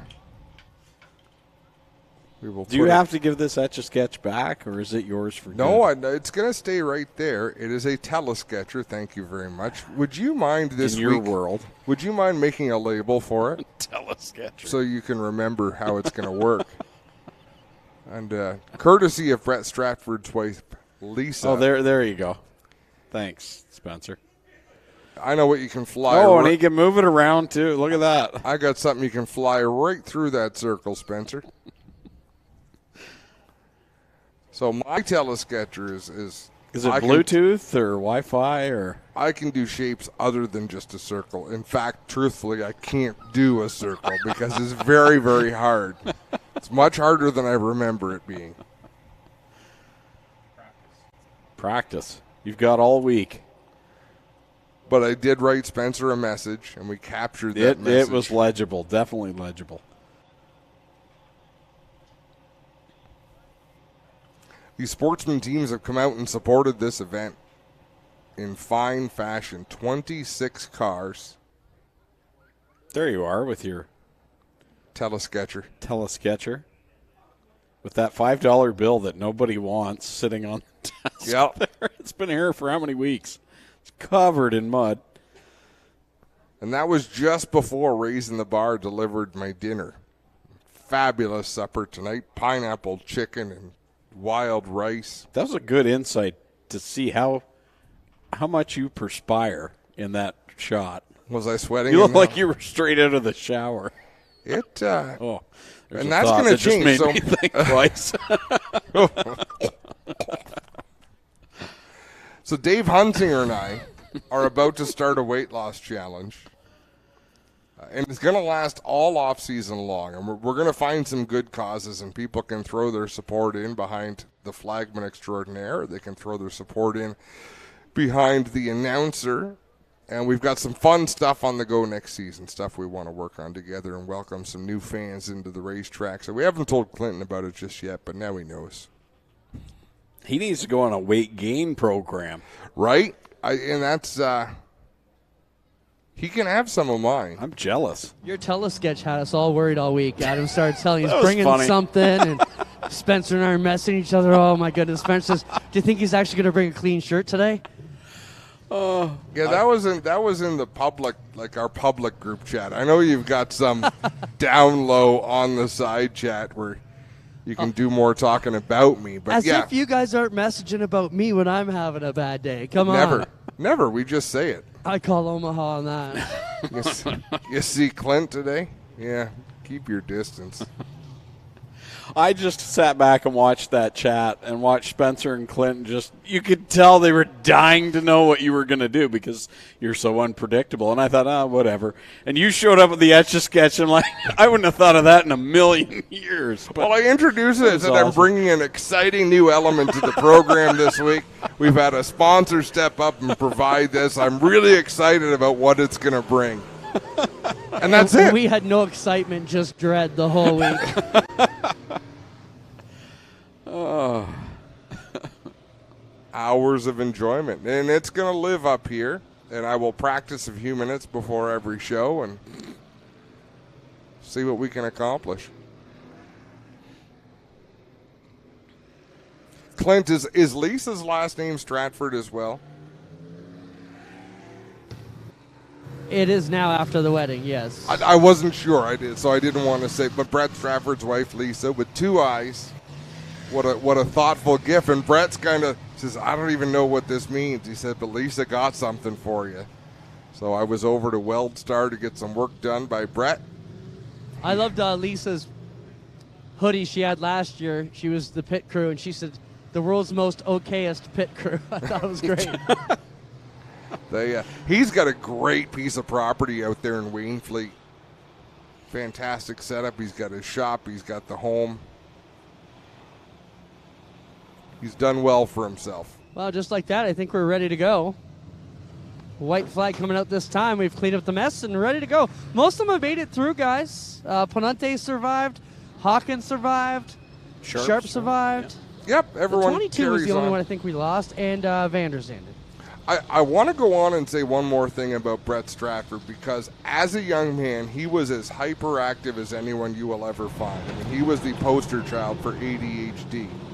The work he does now with aluminum welding requires a focus for long periods of time like you can't even imagine. He says, that's why I'm good at it. He says, you can't not focus. It forces me to slow down. So if you've got a child or a young son or daughter and you're worried about them, there's still hope. They can do amazing things. You found your thing tonight, Adam. You were so focused on this etch a sketch. Here we go. Back to the green and bleach. We'll pull ahead with Leslie there. And a couple of cars slow at the back, but we stay clean and green through 3 and 4, but it's dicey. Yeah, Ryan Ferry cut a couple of bumps in turn number 3 and just went bouncing around that end of the racetrack. Adam Leslie up on the high side, not really making a lot of speed, but he's carving himself a groove up there. Bleach down on the bottom, which seems to be the preferred way for most of the field of cars. Good racing mid-pack right now out in front. It's all Bleach and Leslie. Then you've got Mallory, Pacholski, Brad Rouse trying to make some moves. 3 wide isn't going to work, and 2 of them get tangled. It's Rouse and Pacholski. Rouse moves on. So does Pacholski. He comes back down the banking. Greg Penante got locked up with someone that lap as well. As we got one car coming back on the racetrack, or he just had a bad he three? had a moment there in corner number 3, and back at it here. That is the 20 machine of Nathan Lambert. Adam Leslie has come back down towards the bottom of the racetrack. He's got Jay Mallory and Cody McPherson right behind him. That's a 3-car battle for second. Ahead of them, Bleach holding a pretty lead out there, about 15 car lengths the advantage for the 108, and we are under yellow. Nathan Peaty comes to a stop just to the exit of corner 2 down in the inside. Whoa! Knapp in the 2K. Gets hard on the brakes. Watch Pacholski here. Watch Pacholski. He's not happy with Brad Rouse.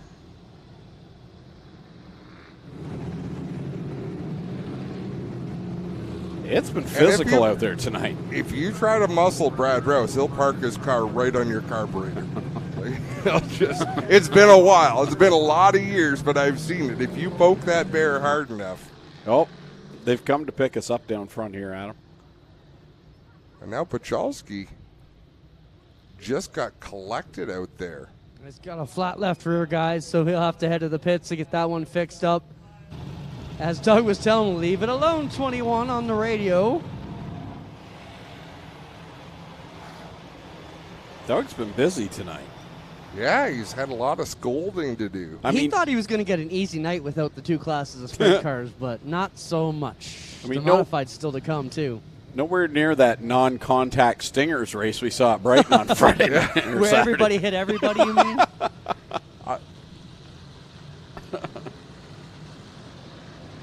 Replay.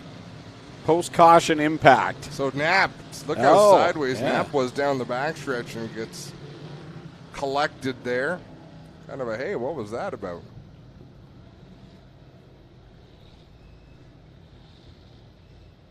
It's like ready to see the white flag possibly. Oh, no, were we waiting for, yep, no, white flag. I thought maybe we were waiting for someone to I feel as change though, the tire. yeah, I feel as though we're watching a hockey playoff series where we missed the first couple of games, so you don't know who's mad at who based on a whole season of work, and we're having to pick up the pieces and call tonight as it happens, not knowing the background. Now let's try a quick wick, fire it up. The sights and sounds of the Sportsman Modifieds coming back to life here at the Big O.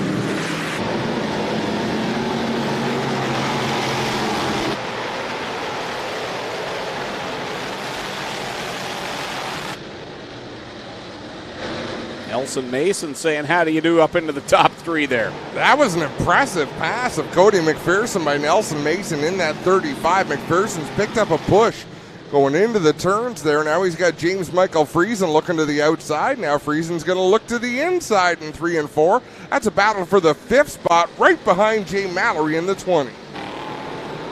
Bill Bleach right in front of Mason. He's following Adam Leslie in that Sterling Lubricants number 15. Side by side, as you mentioned, there's James Michael Friesen and Cody McPherson, who's trying to roll the outside line now as Nathan Peaty rejoins the racing surface.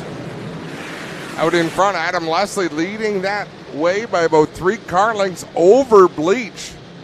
Man, Bleach was untouchable earlier on, and then he pitches the car into the corner, and just that bit of hesitation allows Nelson Mason in the 35 to get by on the inside. Mason running a great race now, and will try and track down the leader. 0.745 seconds the difference last lap. It looks like he's closing in on Leslie. A driver with basically no history here at Ohsweken Speedway in the 2nd spot, closing in on the race leader, Adam Leslie, who also doesn't have a lot of laps here at the Speedway. You've got to go back to 3rd, 4th. Jay Mallory, Bill Bleach. Well, Mason closed the gap the lap before. He lost some time there, so he's with the leader, but not just right there with him yet as Mallory holds down 3rd, Bleach 4th, and Friesen right there as well as McPherson. A good little battle waging on with those 3 as now Mason's right there in the back Nerf bar. A lot of racing still to come. We just now took the halfway point. The cross flags, 15 laps in, 15 laps remain, and Nelson Mason shows a nose to the inside of race leader Adam Leslie. He'll try to wedge his way between Leslie and the inside wall, but Adam Leslie does a great job fending him off there in 3 and 4. So Leslie stays out front. Here comes Mason with another charge off of corner number 2, trying to close the gap down in 3. Whoa, trouble. Is that PD around again? 'Tis so.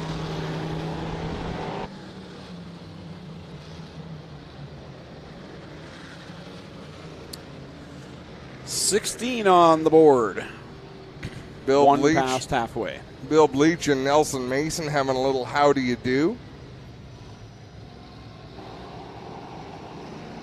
I think Mason surprised Bleach when he drove up the inside. Bleach might feel that Mason dove in on him, kind of a dive bomb move, but hard to tell from our vantage point, Greg. Adam Leslie in the Sterling Lubricants number 15 has had more success here in a mod light probably than he has in a dirt Sportsman back in the day.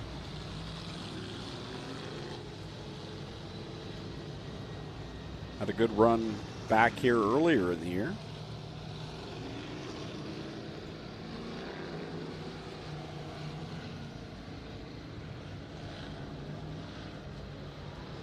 We will double them up quickly and get back to green flag racing as the white flag is displayed. Next time out of 4, we'll go green. Petey back into the pits in that 23 machine.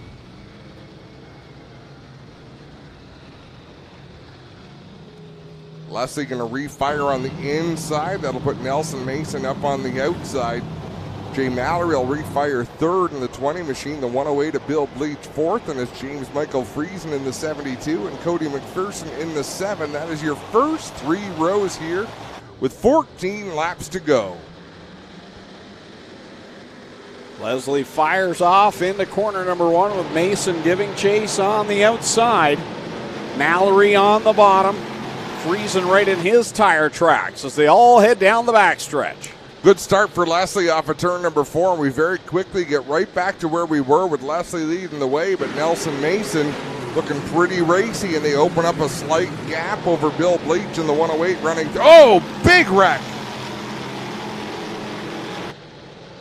Wow! Greg Penante in the 99P went for an ugly wreck down in turn number 1. Safety crews arriving on the scene. We will give you an update just as soon as we get one, folks.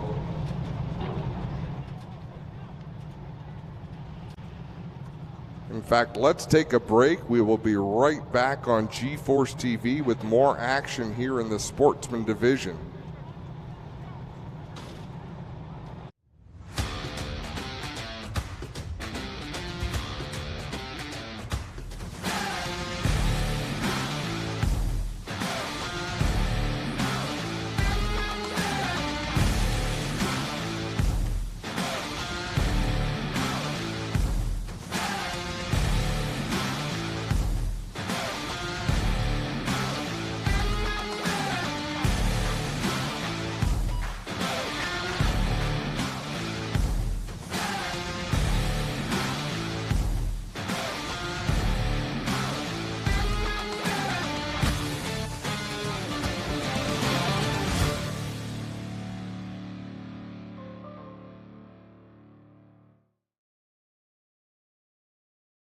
You're so tasty. Drive me crazy. Ain't nothing I can do. Early man discovered fire, but Quick Quick perfected fire. Quick Quick is the only fire starter that guarantees to start your campfire, wood stove, or fireplace without the need for kindling or paper. Find your nearest Quick Quick retailer at quickquick.com. On the scene since 1949, Fast Eddie was born with a lead foot and a burning need for speed. His passion for speed and sport has been captured in this authentic collection of vintage-themed gear. Created for gearheads, riders, and racers, Fast Eddie truly encompasses the great Canadian racing culture we have from coast to coast. Drive hard, get dirty, and look good doing it. Fast Eddie Speedwear. Get geared up. Back live at Ohsweken Speedway after a wild wreck for Greg Penante down in corner number 1. Clinton Jeffrey on the scene down there. And letting everyone know here that Greg is okay, talking to the safety officials. They just couldn't get his belts off and wanted to get the car up and over. An awkward hit for Penante, and once in a long while, Greg, you get an accident that takes our breath away. It's scary until you hear that the driver is alert and talking to safety crews, and this was one of those, and you're completely blocked off from it. Where you sit, you actually have no vantage point of that, and I just saw a big flash of yellow and green, and he clobbered the butt end of that concrete wall. It is protected by a hay bale. We don't believe we got any looks of it. Because it was deeper in the field, the action was going on at the front, and that's where all the cameras were kind of focused. Clinton Jeffrey is down there overseeing the work being just done. called for a tractor so we can get the wall fixed here. They'll be bringing that one out. The car's still munched up. Greg's still inside the car. They're trying to cut the roof off here to get him out. As you can imagine, a little bit mangled up, but the scene has calmed down here a little bit as they take a moment to help Greg get out the top of the cage here. He's got his helmet off, ladies and gentlemen. Now, Clinton, does that get communicated over the one-way radio? And it only matters to me because there's other Penantes in the race with no way of knowing or no communication, no signals. I'm just curious. Good question. Yeah, I didn't think about that, but you're right. With Jeff and Mateo in there.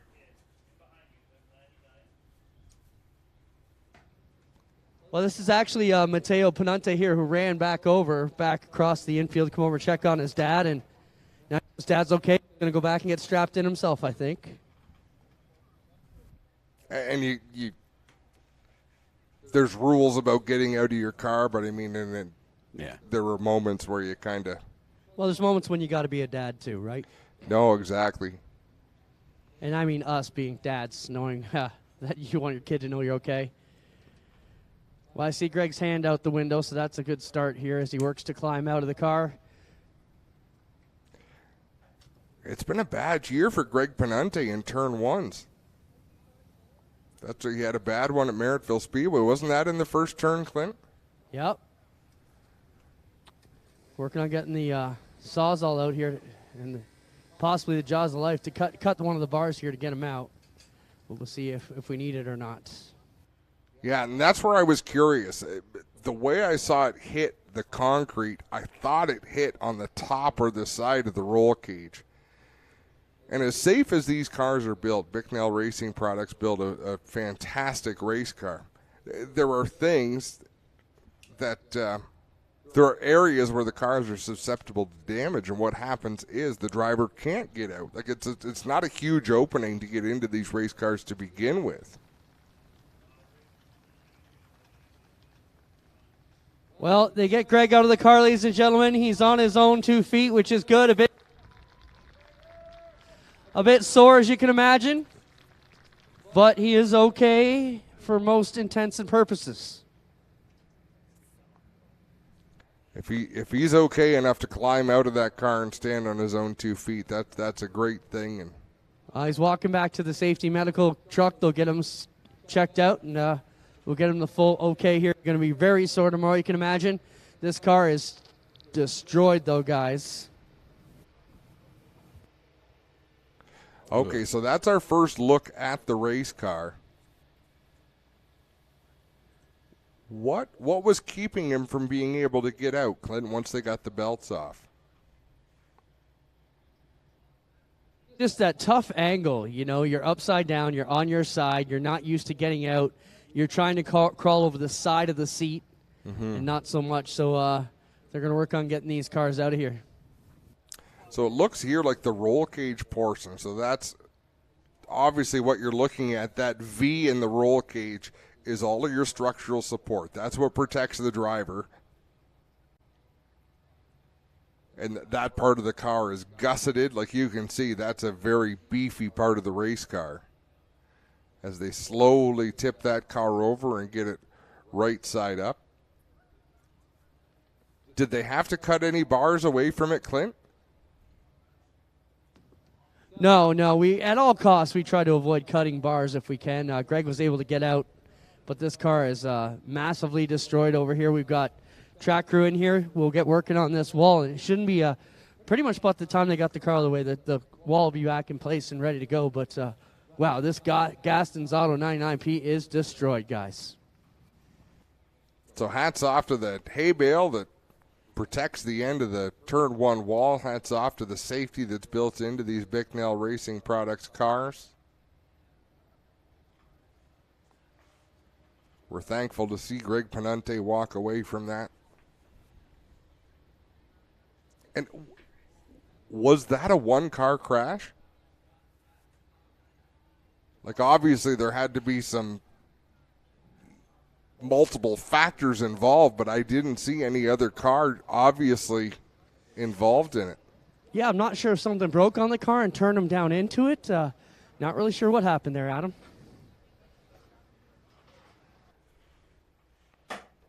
Well, the Case IH tractor there straightening up the blocks. Is that the hay bale way over there? Yeah, it is. He knocked my. that hay bale about 20 yards. Wow.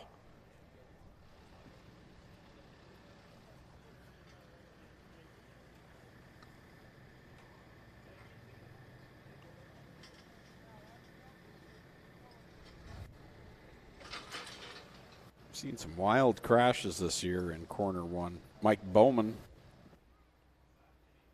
at Humberstone in the 358s took a wild ride. Yep. So there's the right side of Greg's car.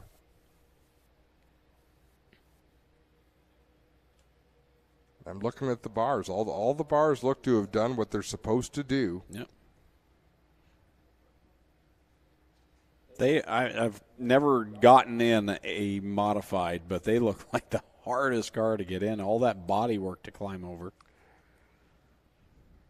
Yeah, a lot of modified racers have back issues. Pete Bicknell, Brett Hearn, people that do it for a long, long time. I almost think it's from getting in and out of the damn things, not driving them.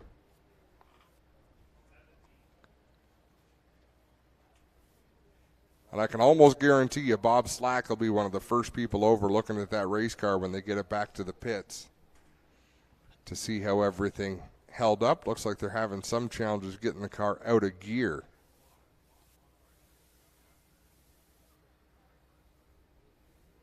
I mean, look at the bits and pieces of that thing just pointed every which direction.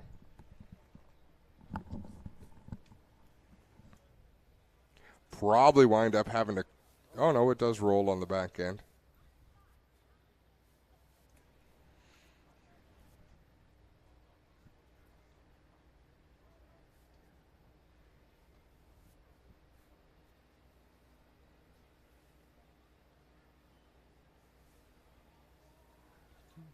I think trying to rock the car while they get it, try to knock it out of gear. Yeah, that's the problem, man. They're just trying to get it out of gear here as we work on getting the hay bale back in place. But the car is rolling off. How about it, ladies and gentlemen, for our safety crew? They're working hard tonight. How about it for all these drivers who are okay so far, which is a great sign. Man, we don't want to be the place that wrecks their cars this way.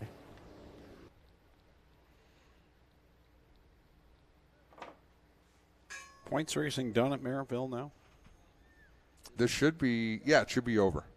Okay. Should be. I believe they still honor the Labor Day weekend cutoff for championship points.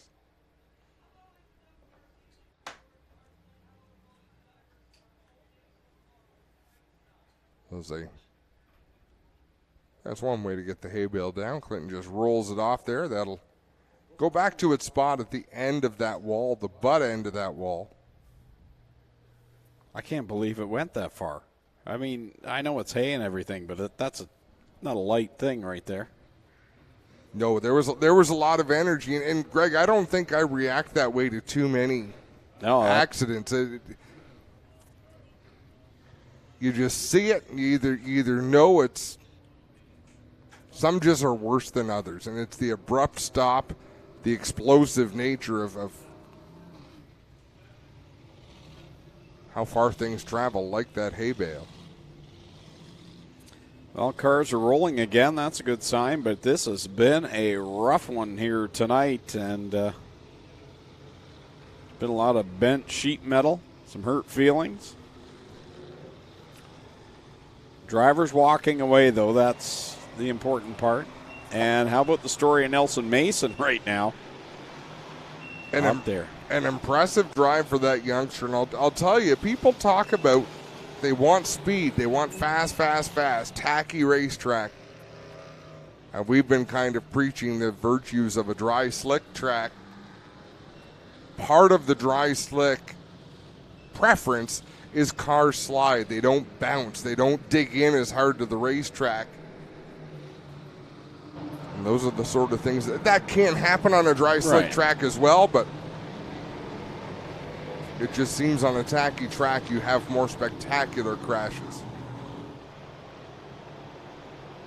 Looks like we're ready to come back to the green flag with 17 on the board, 13 to go here for the ROC versus Dirt Car Sportsman.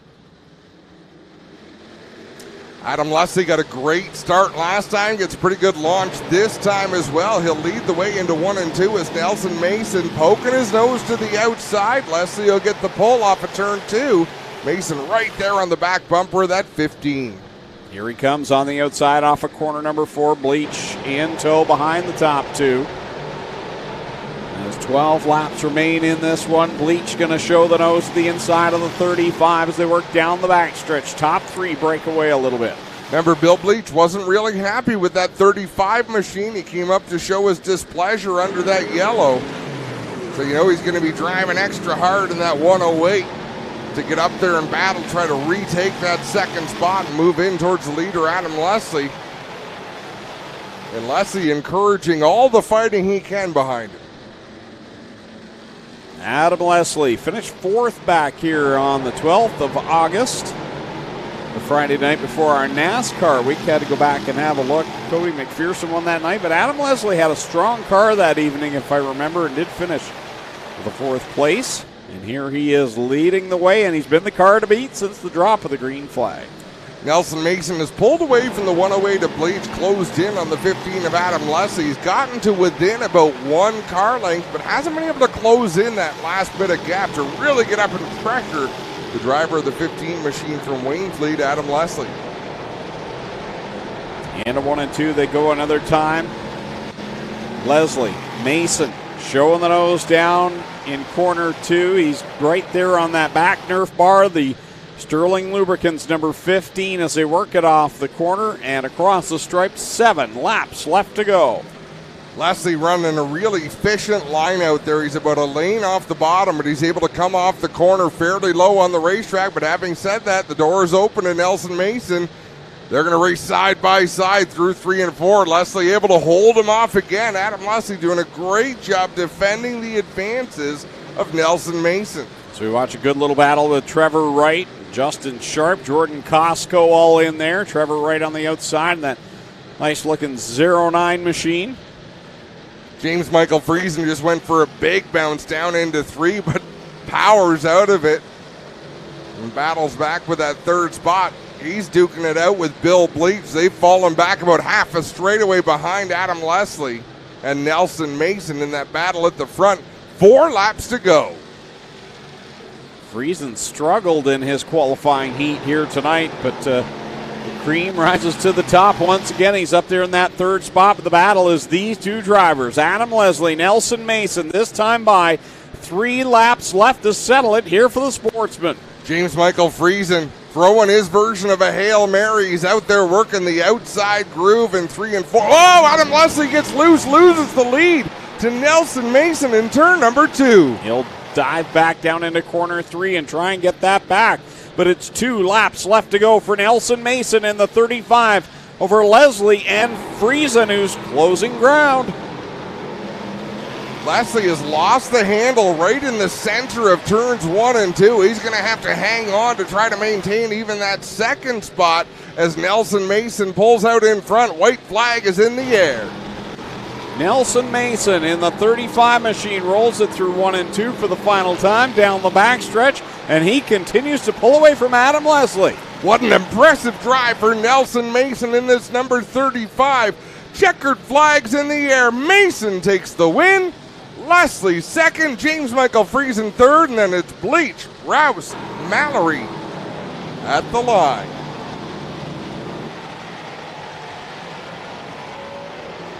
He is excited in the cockpit there, the 35. Watch this. Here is the pass for the lead for Nelson Mason. Oh, yeah, Adam got all sorts of sideways. They even made contact there. Bill Bleach pulled up along Nelson Mason, alongside.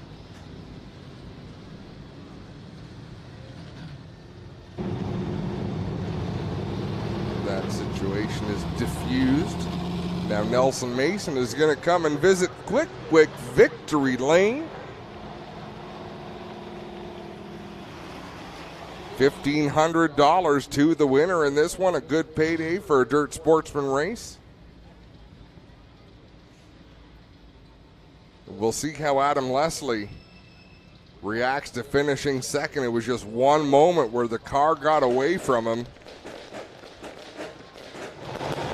Full fireworks will light it up again here for Quick Victory Lane, and Nelson Mason picking up his first Ohsweken Speedway win.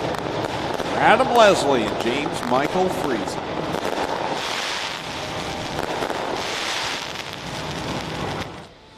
Well, Nelson Mason will waste no time getting the gear off. We'll find out where he came from. We know he's done some other racing other than the Dirt Sportsman. I did see him catch a win at Merrittville earlier this year, so we'll get a word with Nelson Mason as he works his way out of here into Quick Firestarter Victory Lane. How about it? A big Ohsweken Speedway Victory Lane welcome for Nelson Mason. Flexes his muscle on the roof of the car. Just like he flexed it during the race, he'll pull his helmet off, and Clinton Jeffrey will be down there to chat with our winner. Well, Nelson, first off, let's get a bit of your history. That was a heck of a run, but where do you come from? Tell us about your racing pedigree. Yeah, so I spent most of my career in Europe. I raced my way up to Formula 2, and I left that at the end of 2017, moved back home, and wanted to start a race team and start helping young drivers come through, kind of like how Glenn Stiers is doing. And so we're starting off. This is our first year teamed up with Van der Zanden. And so far, so good. We got to be happy with the results. And more to come for sure, but just having an absolute blast. Looking good out here. I saw you catch a couple wins now this season. Congrats. Thank you very much. Thank you. Nelson Mason grabs the win here, guys. We get over here and talk to Adam Leslie. Adam, you looked like you had him covered for a while there, but at the end, what was it, a bobble in 1-2 or a miscue? What took the lead away from you? I think the 35 got into me, to be honest. I don't know. I'd have to look at the replay. I don't know for sure. I don't want to start anything, but I'm okay with screwing up. People screw up. But if I got moved, then there's going to be a little bit of an issue. Still fast out here. It's got to be a good night. Yeah, no, I'm happy. It's a great night. You're really fast all night. I have no complaints. These guys, I just had my wife here tonight. Joey back at home. He helps out a lot. We were just good. It sucks we came up one short, but that's racing, so we'll get them next time. Right on. Adam Leslie second. We'll get over here and talk to third place, James Michael Friesen. James, solid run for you. I mean, Greg was talking about you didn't have the best qualifying race tonight, but you came back here in the feature. The caution field one helped you make your way to the front. Yeah, we come. The track conditions got us a little off guard early, so qualifying was a tough go. Starting that far back, the early wrecks, played in my favor, got me through. But track was pretty fast tonight, so it was really tough to try and run guys down and make moves. But congrats to these guys. We're happy with third after the way the night was looking. Right on. James Michael Friesen will be third. Adam Leslie second. Your winner tonight, Nelson Mason, will be right back live on G-Force TV to take us home. One more race for the modifieds coming up. You're so tasty. Drive me crazy. Ain't nothing I can do. Early man discovered fire, but Quick perfected fire. Quick is the only fire starter that guarantees to start your campfire, wood stove, or fireplace without the need for kindling or paper. Find your nearest Quick retailer at quickquick.com.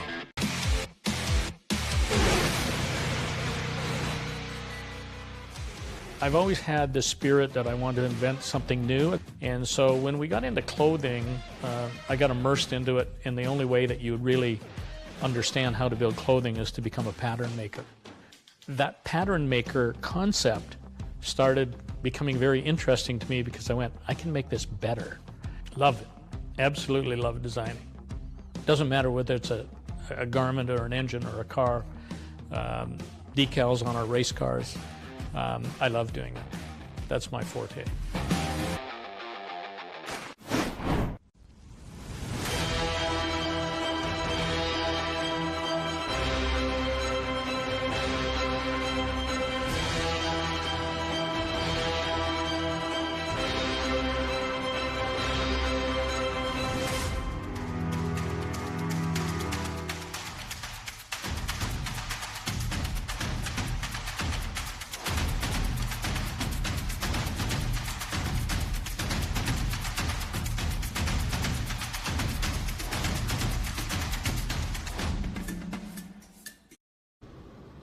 Back live at Ohsweken Speedway. There you see the VIP paradise over there. Is that Tony?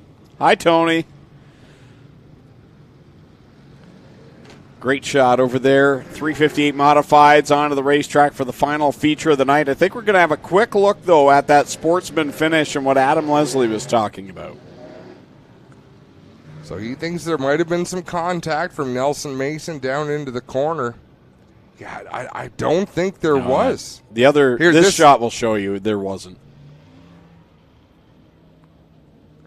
Yeah, no contact there, which will actually be a relief to Adam Leslie because, you said, he doesn't want to be angry, but if there was contact, he will be. And because whatever happened, he hit that same spot the next lap, and the back end got out from him that time as well. So clean pass for Nelson Mason, a good win. Either way, he was going to get paid the $1,500. Here we go. Todd Gordon starts on the pole for the small block modifieds. He's from St. Catharines in the 28. Scott Wood alongside from Thorold in the 38 machine. Going off third, Gary Lindbergh out of Ridgeway in the 37S. And his outside, Chad Chevalier out of Port Colborne in car number 12. Starting in fifth from Fort Erie, the 18R. We just saw him racing the Sportsman. Back now with a small block. It's Brad Rouse, and to his outside, Mike Bowman out of St. Catharines in the 71. Starting in seventh, Dalton Slack from Welland in the 3RS. And going off 8th out of St. Catharines, the 2X Tom Neal. Starting in 9th from Port Robinson, the 74 is David Flanagan. Luke Carlton lines up 10th. He's from Port Colborne in the 26C. And then we find Fred Carlton back in the 11th starting position from St. Catharines in the 96. And Glenn Stiers, the Ohsweken Flyer, starts 12th in car 0. 35 laps the distance. A lot of laps on this racetrack, lots of room for these drivers. And I'll tell you, Todd Gordon was pretty quick last time we were here. He was having a great run. Let's see if he can get off to another good start in this 28 machine. 35 laps, and we are under green. Todd Gordon leads them down into corner number 1 with Scott Wood rolling the outside line. They'll come wheel to wheel with, well, I thought Lindbergh was going to be there with it. He'll try and stick it down there in corner number 3, but Gary Lindbergh's digging into the bottom. Glenn Stiers. I thought he was going to barrel roll it. Wow. Got some air there. Big time. He got in on the high side. That was a rib breaker, that bounce. Down into turn number 3. Got the car rolling again. That might have been a Mighty Wipes moment. Holy moly.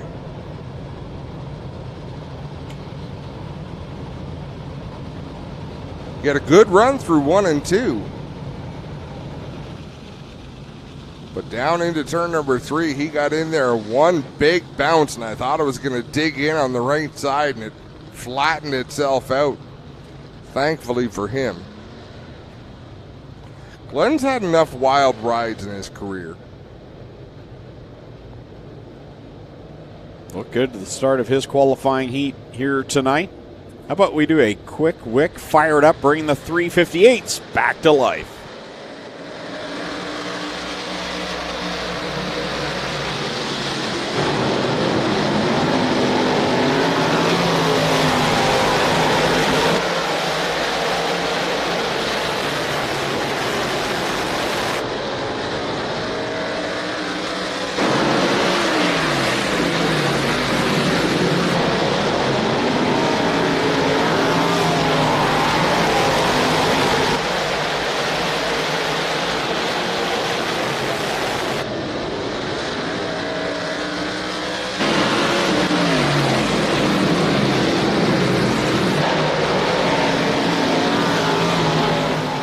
Scott Wood leads the way over Gary Lindbergh. Then it's Todd Gordon and Brad Rouse. The battle you see on screen right now.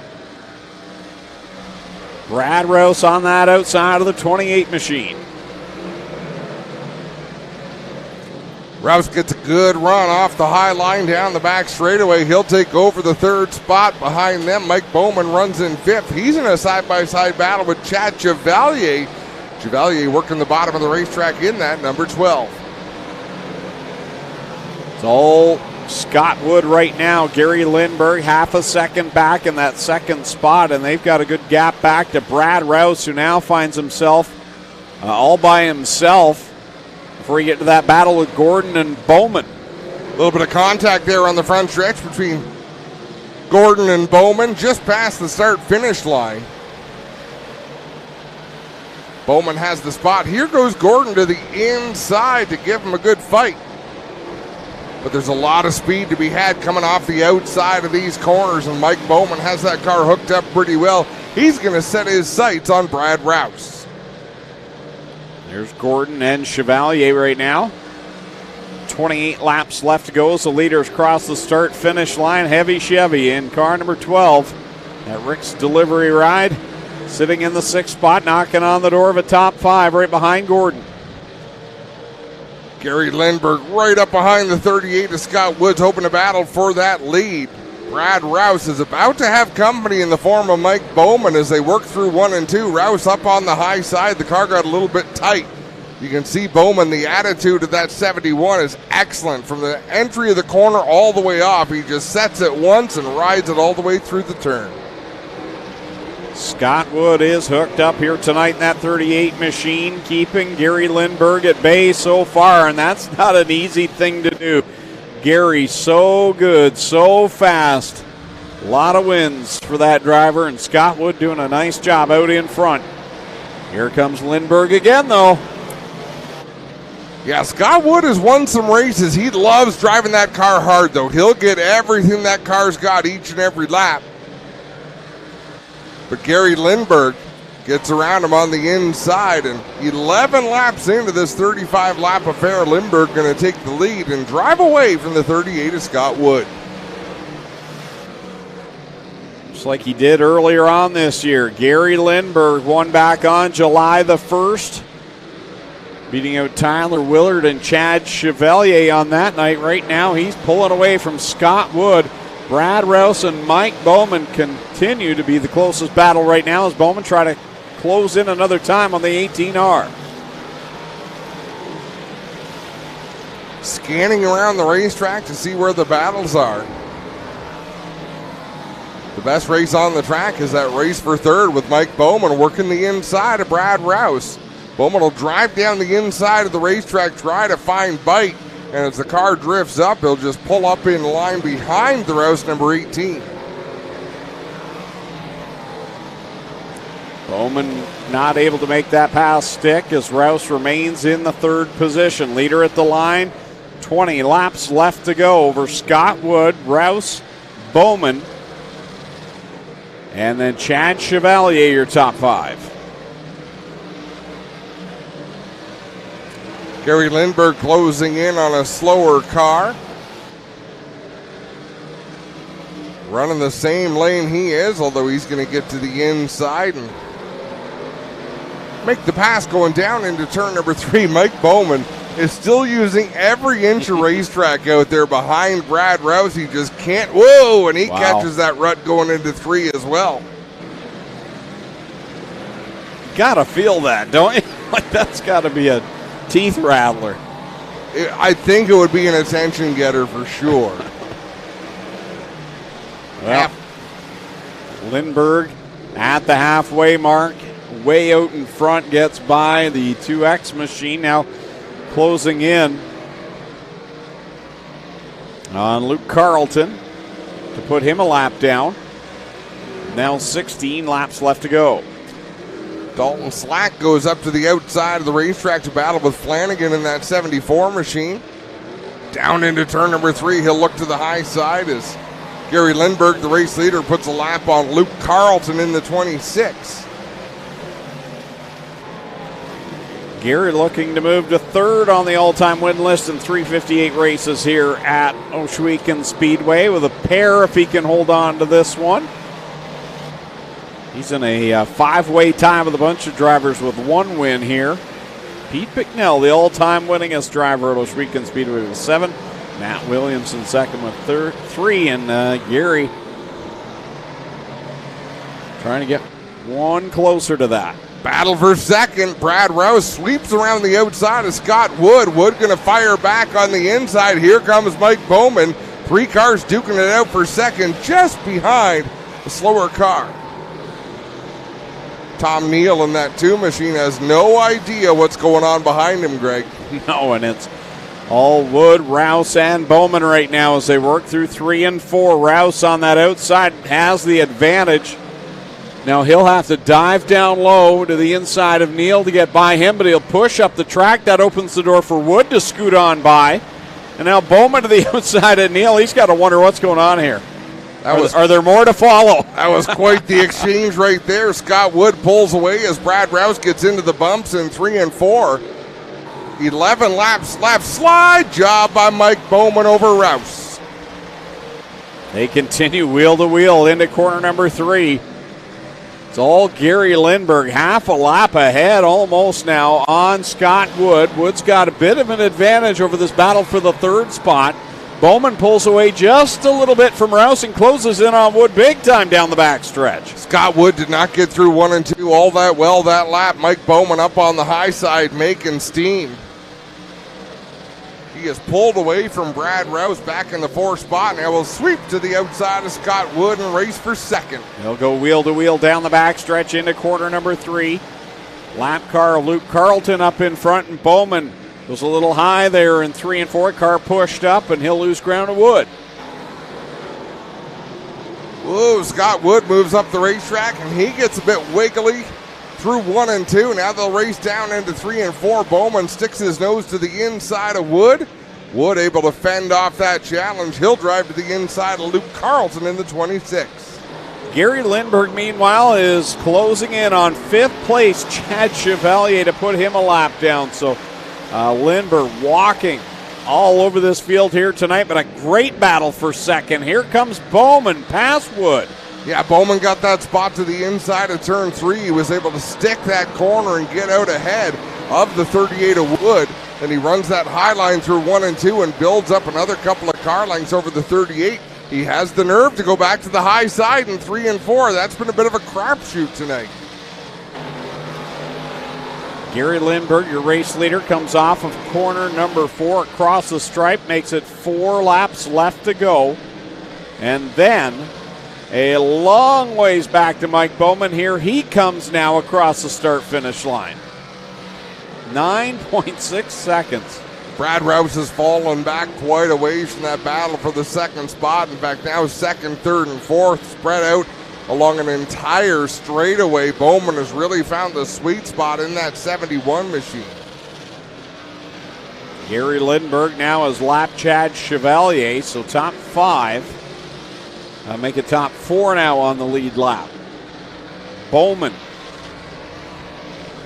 coming off of corner 4 with 2 laps left to go. There's your leader already going into corner number 3. 9.8 seconds the difference. A long green flag run as the white flag flies for Gary Lindberg. He's had things all his way. Flanagan with a problem on the backstretch.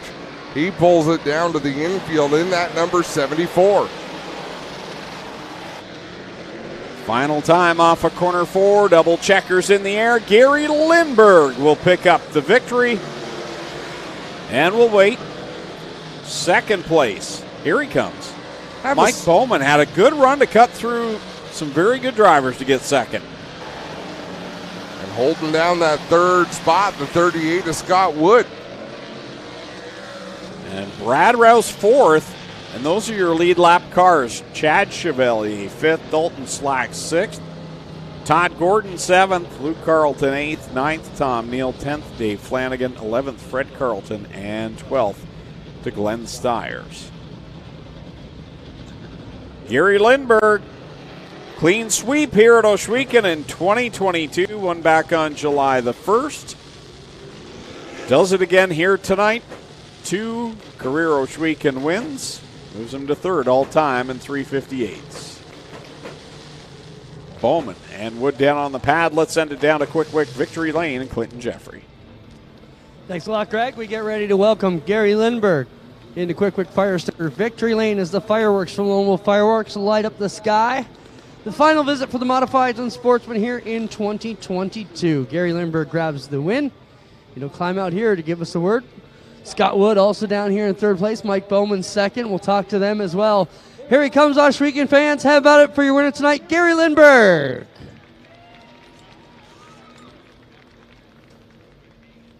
Gary, solid drive here tonight. You had them gap. That long green flag run really helped you put some distance on these guys, but this car was flawless tonight. Yeah, I didn't know where they were.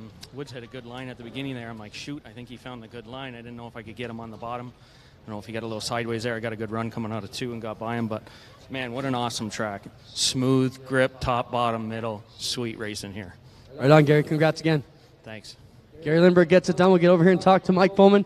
Mike, you've been in Victory Lane a few times this season here on the concrete, but it was in your sprint car tonight. A solid drive to chase down Wood and Rouse there. Yeah, nights like this, you got to thank the guy putting your engine together, and that's Terry Vince at Competition Speed Racing Engines. I feel really bad for my motor tonight. Tongue was hanging out the whole time, but held together, and congrats to Gary on the win. Right on, Mike. 2nd place. We'll get over here and talk to Scott Wood, 3rd place. Scott, solid drive for you tonight. You looked pretty good out front there. We're rolling away on these guys, but at the end, they got you. Yeah, they got a couple more laps around here than I do right now, so we did all right. The Wagner W16 was hauling them out pretty good. I just missed the setup a little bit. Right on, Scott Wood will be 3rd. Mike Bowman 2nd. Your winner tonight, Gary Lindberg. Take us home, guys. That'll wrap things up from Quick Wick Fire Starter Victory Lane. Well, we had a bit of everything here tonight, Adam, and some carnage, some good racing, and crowned 2 more champions tonight. Congratulations to Dave Bailey and Tyler LaFantasy in our Thunderstocks and Mini Stock divisions. That leaves us with one weekend of racing left to go. Canadian Sprint Car Nationals weekend next weekend, Adam. Should be a lot of fun. Should be an awful lot of fun, Greg. We expect a lot of race cars out, and it's been a wild season. Our local Ohsweken racers have been up to the challenge of some of the biggest stars that come in and race with us. Paulie Colagiovanni came in and got the better of a couple of races, but we've had Chuck Hebing come in and look ordinary. We've had a lot of drivers come in, and our boys and girls are able to run with anybody. Well said, well said. So that will wrap things up. On behalf of the Stiers family, all our staff and crew and officials, and on behalf of Clinton, Jeffrey, Adam Ross, I'm Greg Kelman saying so long. Tune in next Friday night right here on G-Force.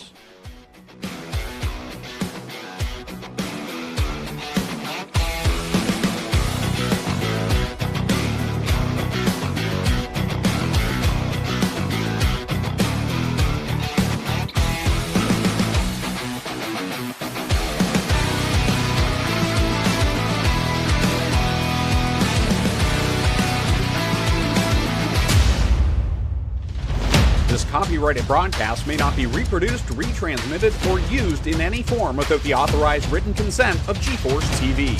G-Force TV would like to thank you for your support and for watching today's broadcast.